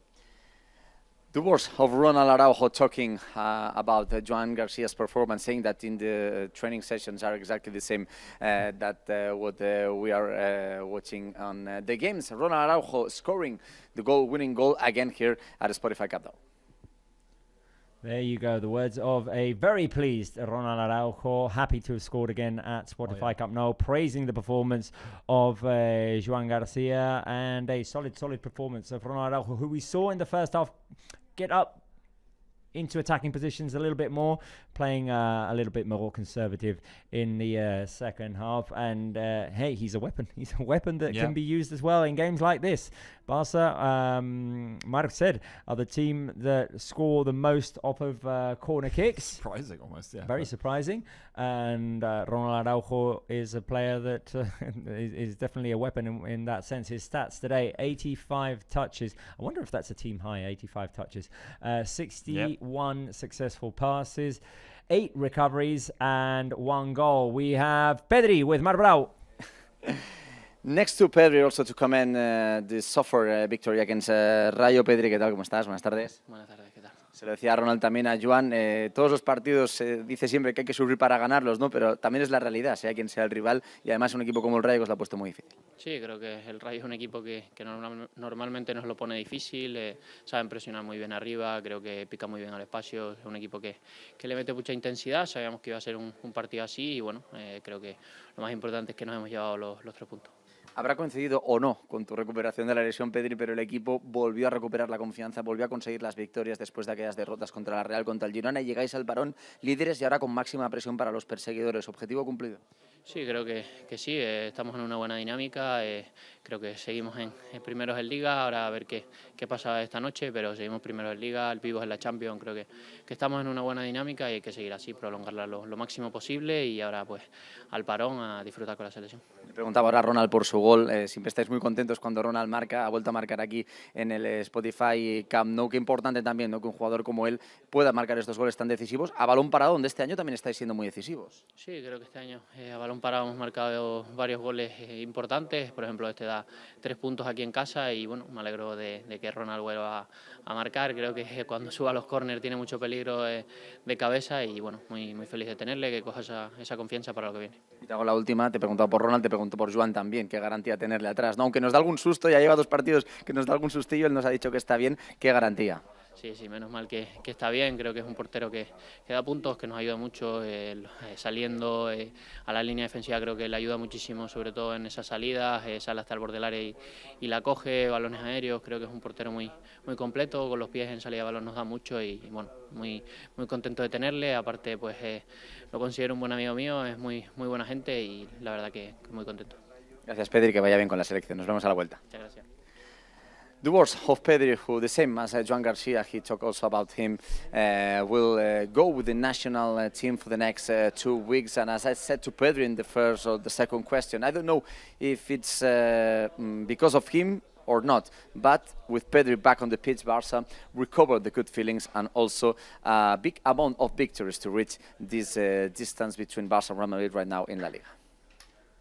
Thank you very much, Mar. The words there of Ronald Araujo and Pedri. I'll be interested to hear what Hansi Flick says as well. Pedri speaking on the good run of form and saying, let's see if we can keep it going. I was just trying to pull up the stat here while we look at Pedri's individual numbers: 87 touches, 57 successful passes, 12 recoveries, Pablo Bulls, and 7 final third entries. And I feel like today for Pedri it was more a recoveries game than a distribution game. It was, yeah. We saw some Pedri doing some things unlike him towards the end of the game. I remember that particular instance in which, dying moments of the game, Barca get a foul called in favour, and Pedri just tries to play a long pass to Rashford, and he would never do that. And I think that is just a clear sign of fatigue. Yeah, there was a bit of fatigue kicking, you could see that. But for Pedri, recoveries-wise, it's actually an element to his game that he has got that is maybe an underrated element of it, I think. We know how good he is with the ball. I agree with you. This wasn't a game where he was able to dictate very much, which is what makes it even better that Barça are able to use set pieces, for example, that we're seeing. And that stat that we've scored the most in La Liga this season is really positive, because I think in Europe it's becoming even more used, these set pieces, and it's becoming such a tool for teams who will be coming up against in the Champions League potentially, and teams who are in and around us in Europe who we've got to be wary of. And the fact that we're defending from them so well is vital. Also, the fact that we're scoring goals from them too is big. So I think that's huge. Araujo will be really pleased. We know he is a threat as it is from those situations. And I think he was better at right back today than we've seen him in recent weeks too. I don't know if that's familiarity, just getting more accustomed to the role. He seemed calmer, defended well. When he got forward, he was sharper too. The goal, of course, is a nice bonus, but it's positive to see him in that role too, especially with the injuries we've got at the back. Marc was mentioning, since Pedri came back, yeah, 3-0 against Levante, 4-1 against Villarreal, 3-0 against Atlético de Madrid, 1-0 away at Athletic Club, the 1-1 draw against Newcastle, 5-2 Sevilla, 7-2 Newcastle today, the 1-0 win against Rayo Vallecano. So Barça unbeaten since the return of Pedri, who is a key cog in Barca's system, as is, and I will keep insisting, as is Rafinha as well, who didn't have his most inspired performance today. I think of the front three, he was probably the most threatening. Yeah, I think so. Lewandowski had a quiet performance in the first half. Varane, likewise, in the second. It was a bit of a struggle for Lamine as well, although he did have some bright moments. But Rafinha, 49 touches, 18 successful passes, 9 entries into the box, 5 total shots, no goals, no assists. And it was the only thing that was left, really, for Rafinha. Let's go and listen to Hansi Flick with Marc Brau. Supporting you. Yeah, with our coach, with Hansi Flick, he commented us, it won't be easy against Rayo Vallecano. He said yesterday, he said before the match, and finally, of course, you were right, Hansi. It was not easy, but finally the team get another 3 points, international break with another victory. How important is it? Yes, of course, very important. I think to finish this before the break with 3 points, it's great, and it was really tough, so a difficult match for us. They played a fantastic game, Rayo, and when you see they play on Thursday, and so it was great, fantastic. Always here in Barcelona, we're playing about the style of play, the way of playing, and you always say that the team has to be better on other sides. I want to talk about the set pieces. Another goal for the corner kick, 15 goals for the corner kick this season. And how happy are you with this, with the increasing number of goals in that part of the game? You know, at the moment, set pieces are very important. So we see it in the Premier League, you see it in every match. So also I'm happy that we have also this strength, and that they come back, because we missed some games this strength. But at the end, it's great now. For me, it's I know we play not on our best level, but at the end, I'm really happy that we scored 1 goal and have 3 points. I want to ask you the last one about one name, is Joan Garcia. He made us to suffer a little bit today in the first half, but how good he is, which season he's playing. He also will go with the national team right now, but how good he played tonight also again with all the players. Happy with him, but this is why we bought him. Yeah, thanks. Good answer. Thank you very much, Hansi. Yeah, well, it doesn't have to be longer, that answer for Hansi Flick. Yeah, we have him, so it's his job, nothing else. Okay, Marc, well, we might as well stay with you, because Hansi Flick is going to head over to the press room just after Íñigo Pérez finishes his press conference. And we have MVPs to do, which, by the way, I have not typed into our system. So I'm going to go live if you give them to me, and then you can elaborate. Let me just pull it up on our screens here. Marc, who are your votes for MVP? Well, I think that it's quite easy today. The first two. The third one, not as easy, but for me, the 3 points, it's clearly for Joan Garcia, the player of the match. He made incredible saves, 4 good saves, the first in the first half, 3 in the second half, 2 for the corner kicks, 1 for an incredible action from the left side of the pitch. So it's very, another big game for Joan Garcia. 3 points deserved at all. 2 points for the goal scorer, 2 points for Ronald Araujo. First goal here at Spotify. No important goals scored by Ronald Araujo this season. Against Oviedo and against Albacete, Barça won that game with the biggest difference, but against Girona in the other time and today, giving also the 3 points. So the 2 goals in La Liga at home for Araujo were very important for the team. And it's difficult to give a 1 point for the rest of the players, but finally I will go with Rafinha because he was very close to the goal. Also, he pressed a lot until the last minute of the game, and I think that also he deserves to get this 1 point. So those are my votes. 3 points for Joan Garcia, 2 for Araujo, and 1 for Rafinha. So guys, I came back, but the same as the team and most of the players, I will rest a little bit. So we will meet next Saturday, not the other one, in 40 days in Metropolitano against Atletico de Madrid, the first of the 3 games that we will have to play against the Simeone team in April. So guys, now this night I will not make plans, so I will be on the sofa just watching the derby, and let's gonna see what happened. It's definitely more relaxing or a better plan to be able to do it with that 7-point cushion, which is a comfy cushion. Marbra, we'll see you in 2 weeks' time at the Metropolitano. Yeah, we will see there. We hope to win that game and also the other 2 against Atletico this April. Bye. Bye, Marc. Venga, Marc. Okay, so Marc went with Joan Garcia, Araujo, and Rafinha. Pablo, your time to give me your MVP votes. I nearly wasn't going to go for Joan Garcia for MVP throughout the game, and then as it got towards the latter stages, it felt silly not to. You realised quite quickly that he was a big reason as to why we won the game. So I have to give 3 to him. I think his saves were crucial, Robert. There's no really hiding from it. I think he was MVP at Vallecas, and he was MVP again today.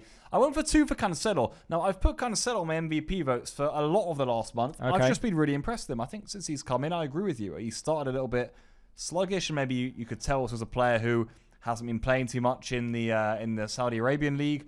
But hey, this is a player who, for me, has come into our defence in a vital moment of the season and keeps producing. I thought he was very good again today, so I went for Cancelo. I could have gone for an Araujo. I understand that with the goal. I thought Cuba and Angela Martin were really good as well, but I went for Cancelo. And then I give 1 to Rafinha. I think he should have scored today, that's for sure. He had chances that he usually would stick away. Certainly the one that when he was cleaning through in the first half. Then when Lamine found him with the outside of the boot volley pass also in the second, he usually sticks those away. But I think out of the front 3 was who produced the most energy for Barca. And in not our best collective display of the season, I'll give 1 point to Rafa. Okay, well, I'll go with my votes, and my votes are the same as Marc's. I'm going with Joan Garcia, undisputed right now today. If Barca were able to keep a clean sheet, and because we only scored 1 goal, get the 3 points, it is because of Joan Garcia's great saves. I'm thinking of the one that came off of the corner kick when he just like raises his arms. The reflex save, reflex save from the header at the near post. Then there's that good stretch out as well in the second half. Joan, this is why we signed him. And I have to agree with Hansi Flick. Well, it's his job. Job well done. Joan Garcia. And I'm going to share a post from Barca's social media, which you can give us some answers to. Complete the sentence. Joan Garcia is... You could say a lot here, Robert. One thing that came to my head immediately is the best signing of the summer. Nice. For me, that's... And I'm talking potentially even Europe here, I think for me, in terms of necessity for team, price tag, and performance, those 3 elements, I'm struggling to find someone better value than Joan, who comes into a team in a position they need and performs like that. This guy, for me, is top notch, guys. Right, well, I'm going to speed through my MVP votes because Inigo Pérez has finished his press conference and Hansi Flick is going to step in. So 2 for Araujo, the goal scorer in a scrappy game. Good performance defensively as well. I'll give 2 to him and 1 for Rafinha, who I think it's kind of fluky that he didn't score today because he had very clear opportunities. So those are my votes. Let's see here if we can get our totals on the screen for today. The unanimous player of the match is Joan Garcia with 9 points, 4 for Araujo, 3 for Rafinha, and 2 for Joao Cancelo. Right, we were going to talk a bit about Atletico de Madrid, but before, let's remember, because I'm a retro guy. I'm a nostalgic, and let's take a look at how the players arrived today, because it was really cool. They were wearing those Ronaldinho jerseys from 20 years ago, which looked so cool. And we remind you that if you would like them, you can go to the Barça store, online or physical, and purchase them.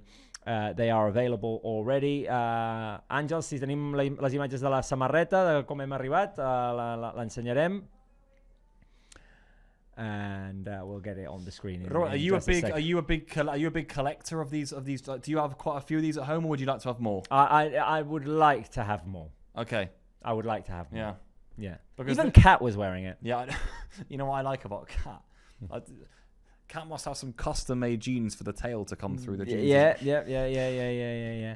It is extremely cool, obviously paying homage to Ronaldinho's Ballon d'Or season 20 seasons ago and that final in Paris that gave us the second Champions League of club history. Pablo, do you think we have time to talk about Atletico with some highlights, or shall we just chit-chat? We might get overrun, but we can because it's the game that comes after the break. Obviously, I think it's a break. Obviously, that now we'll take. But shall we go with the most recent? Shall we go with most recent? I think so. Okay, so let's do Atletico Copa at home, 3-0 at home. Àngels, Atletico Copa a casa, because we are. Oh, wait a minute! A bit of confusion in the back there. Let's see if we can get those highlights on the screen to talk a little bit about our next opponent in 3 of the next 4 matches. Pablo, it's going to be intense. I'll tell you what, we'll take a 3-0 at home in the first leg of the Champions League. That's for sure. The way it goes is we've got Atleti away in the league, which is going to be vital as it is.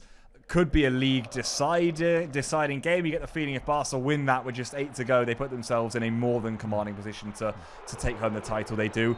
Then the Champions League. And the Champions League is, I think, for this fan base, what everyone has an obsession about. And to play Atleti, we don't have a good record against them in Champions League knockout ties. 2014, 2016. Bit of revenge on the cards, especially after we got knocked out of the cup by them this season too. So a lot of elements coming into this one. First leg, Robert, at home. Yep. Second leg, away.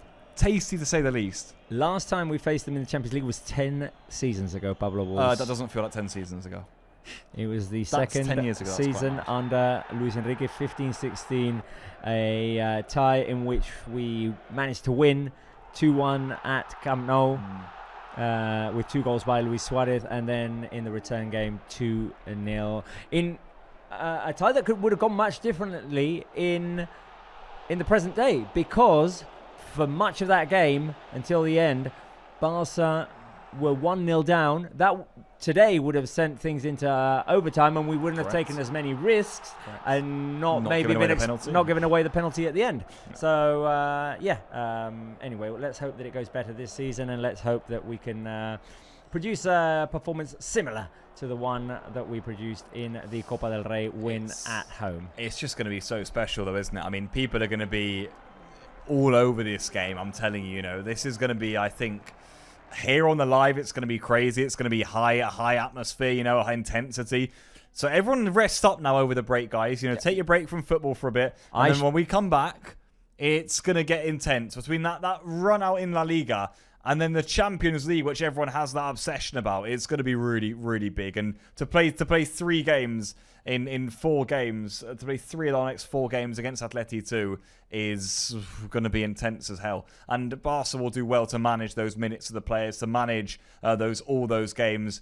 And can we get a psychological battle? I mean, I'd be intrigued to know how the fans are feeling. I was about to ask how they're feeling. Matt Columbus just said, we'll smash Atletico. There you go. So that's how he's feeling. That's how we're feeling. Okay. To answer, Joan Garcia is, Pilita Malaguita says, el mejor portero. Adam Labran says, the savior. Alia says, phenomenal. And Mac Lumbis says, magnificent. And Hansi Flick is in the press room. So we are going to leave it here, guys. Have a happy international break. Rest up, because what's coming after is going to be very intense. Pablo, I'll see you in a fortnight. See you in a fortnight, Robert. Going to be great. Visca el Barça. Bye.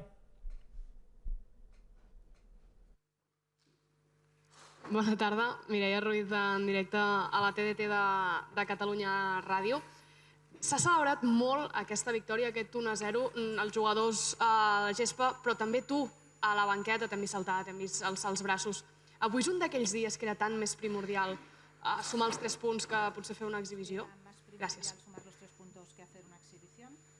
Yeah, of course, it was so important. Sí, claro, era muy...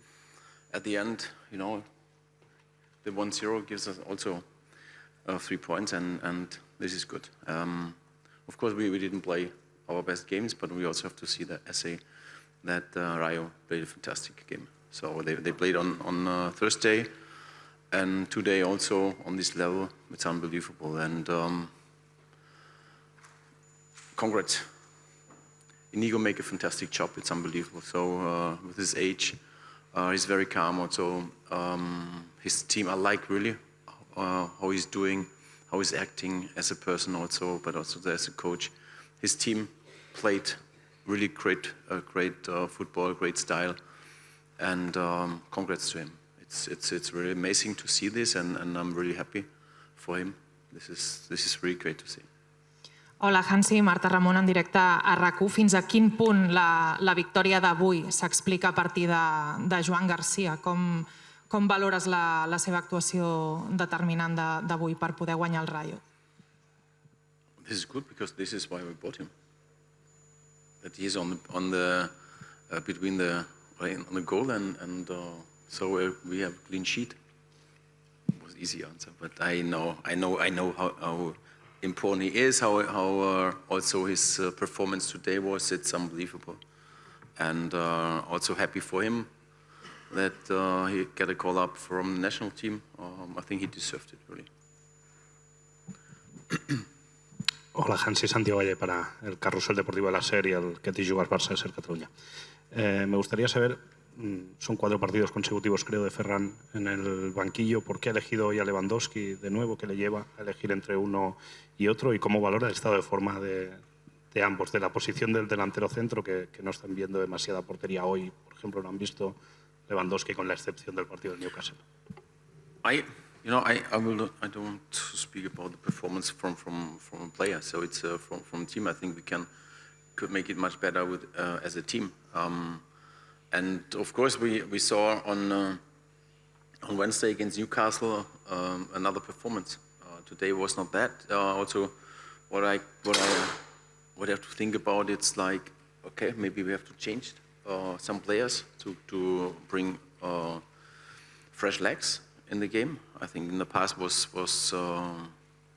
it good? So, but this moment I had the feeling that we have to keep going on. At the end it was like that, and but Ferran also, when he came in, he makes it good. Also not an easy game for him, but he gives everything for the team, and this is what I want to see. Hola, señor Flick. Víctor Lozano, en directo para el Radio Estadio de Onda Cero. Ha comentado aquí en la rueda de prensa hace un momento Íñigo Pérez que los 4 partidos que ha jugado contra usted, los 4 partidos que ha jugado el Rayo de Íñigo Pérez contra el Barça de Flick, que siempre les ha puesto las cosas muy difíciles, y es una realidad fácilmente demostrable. ¿Qué le pasa al Barça o qué le pasa a Hansi Flick que se le atraganta el Rayo o le cuesta mucho concretamente superar a este equipo? No, I think we in the beginning of the game we were not there. So normally you have to be focused from the beginning, from the very first minute. Was not. So they had a big chance in the beginning of the game, and so we always try to play. Was like that, but at the end they also played good. I think also we have some chances, good chances, and when we made this, maybe it's totally different, but. At the end, it's like that. They made a good game again against us, but at the end we have 3 points, and this is for me the important thing. Also, when you see how many games we have in the last 3 months, so from January, it's unbelievable how many games we have. From this side, I really appreciate a lot about the performance of my team. Hola, Hansi, Elena Condis de la cadena COPE. Hemos visto que antes del cambio, unos minutos antes del cambio, a Fermín le tenían que atender por un golpe en el muslo. Después, cuando le ha sustituido, no estaba muy conforme con el cambio. ¿Era porque tenía problemas físicos o porque quería seguir jugando? No sé si has podido hablar con él. Gracias. No, we wanted to change. So we wanted to change, and he has to accept it because Dani Olmo is also a fantastic player.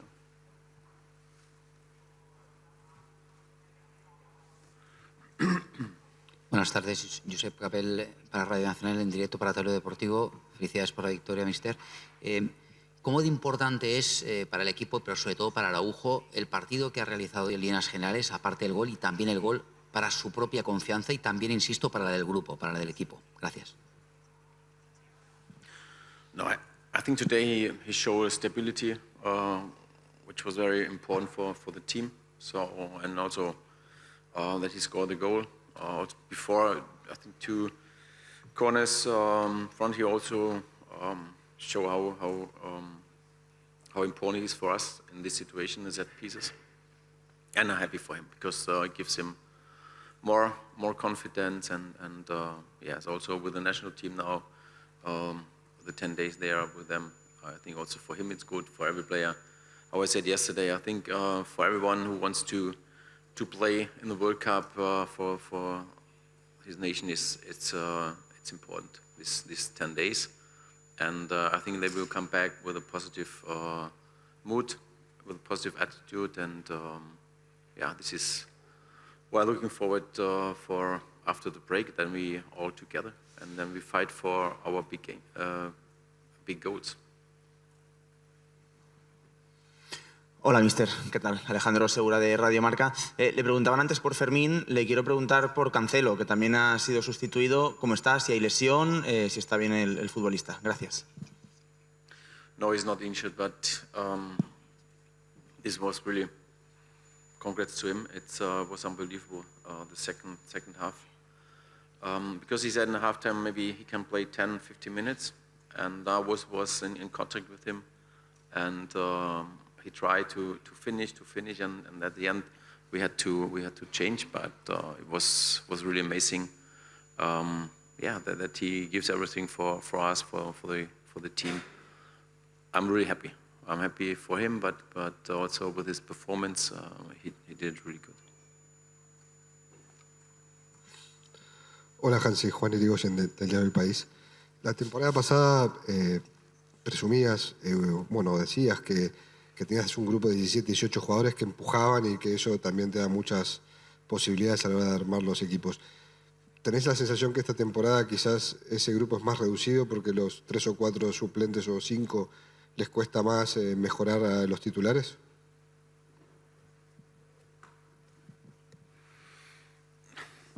I think it's when you see the history of the season of the injuries, but also now which players are out, I think it answered everything. So it's about that. You know, we have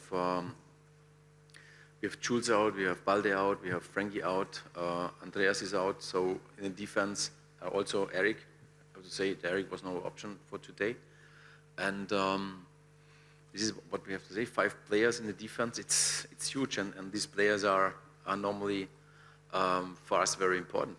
So, but this is when you see this, I think also you have to say that the team doing a fantastic job. We have the 2 center backs are playing on a really good level, and also today the fullbacks played unbelievable, and this is great, and I think we at the end the results what we have is, I think it's on the best level, but best moment what we can do. So with this situation. Últimes 2 preguntes, last 2 questions. Aquí Hansi, Diapet del Lleida Esport. Jo et volia preguntar per Marc Bernal si quan es va lesionar Frenkie de Jong, segurament molts en aquell moment imaginaven que faria servir a l'Eric de mig centre en partits de l'exigència de Newcastle, i en canvi vas apostar pel Marc. Si t'imaginaves que veuríem aquest Marc, aquest nivell competitiu i aquest nivell físic en aquest moment de la temporada?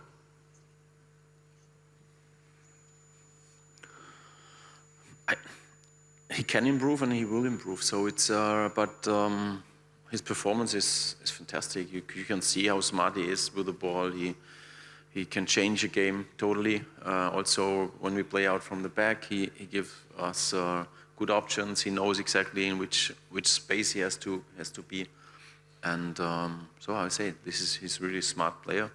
And also in the defense, he makes it really good. Hola Hansi, aquí Sergi Vélez de Iniestazo.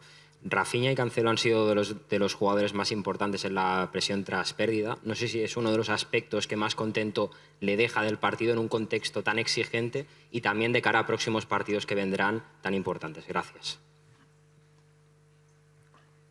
No, we know that Rafa is one of the important players in this case, but also Joao, he adapts a lot and he makes things really good, and this is what I appreciate. This is good, but of course we also have to improve after these games. It's important also for the next 2 months we play, and our goals are very high, very big, and this is why we have to improve.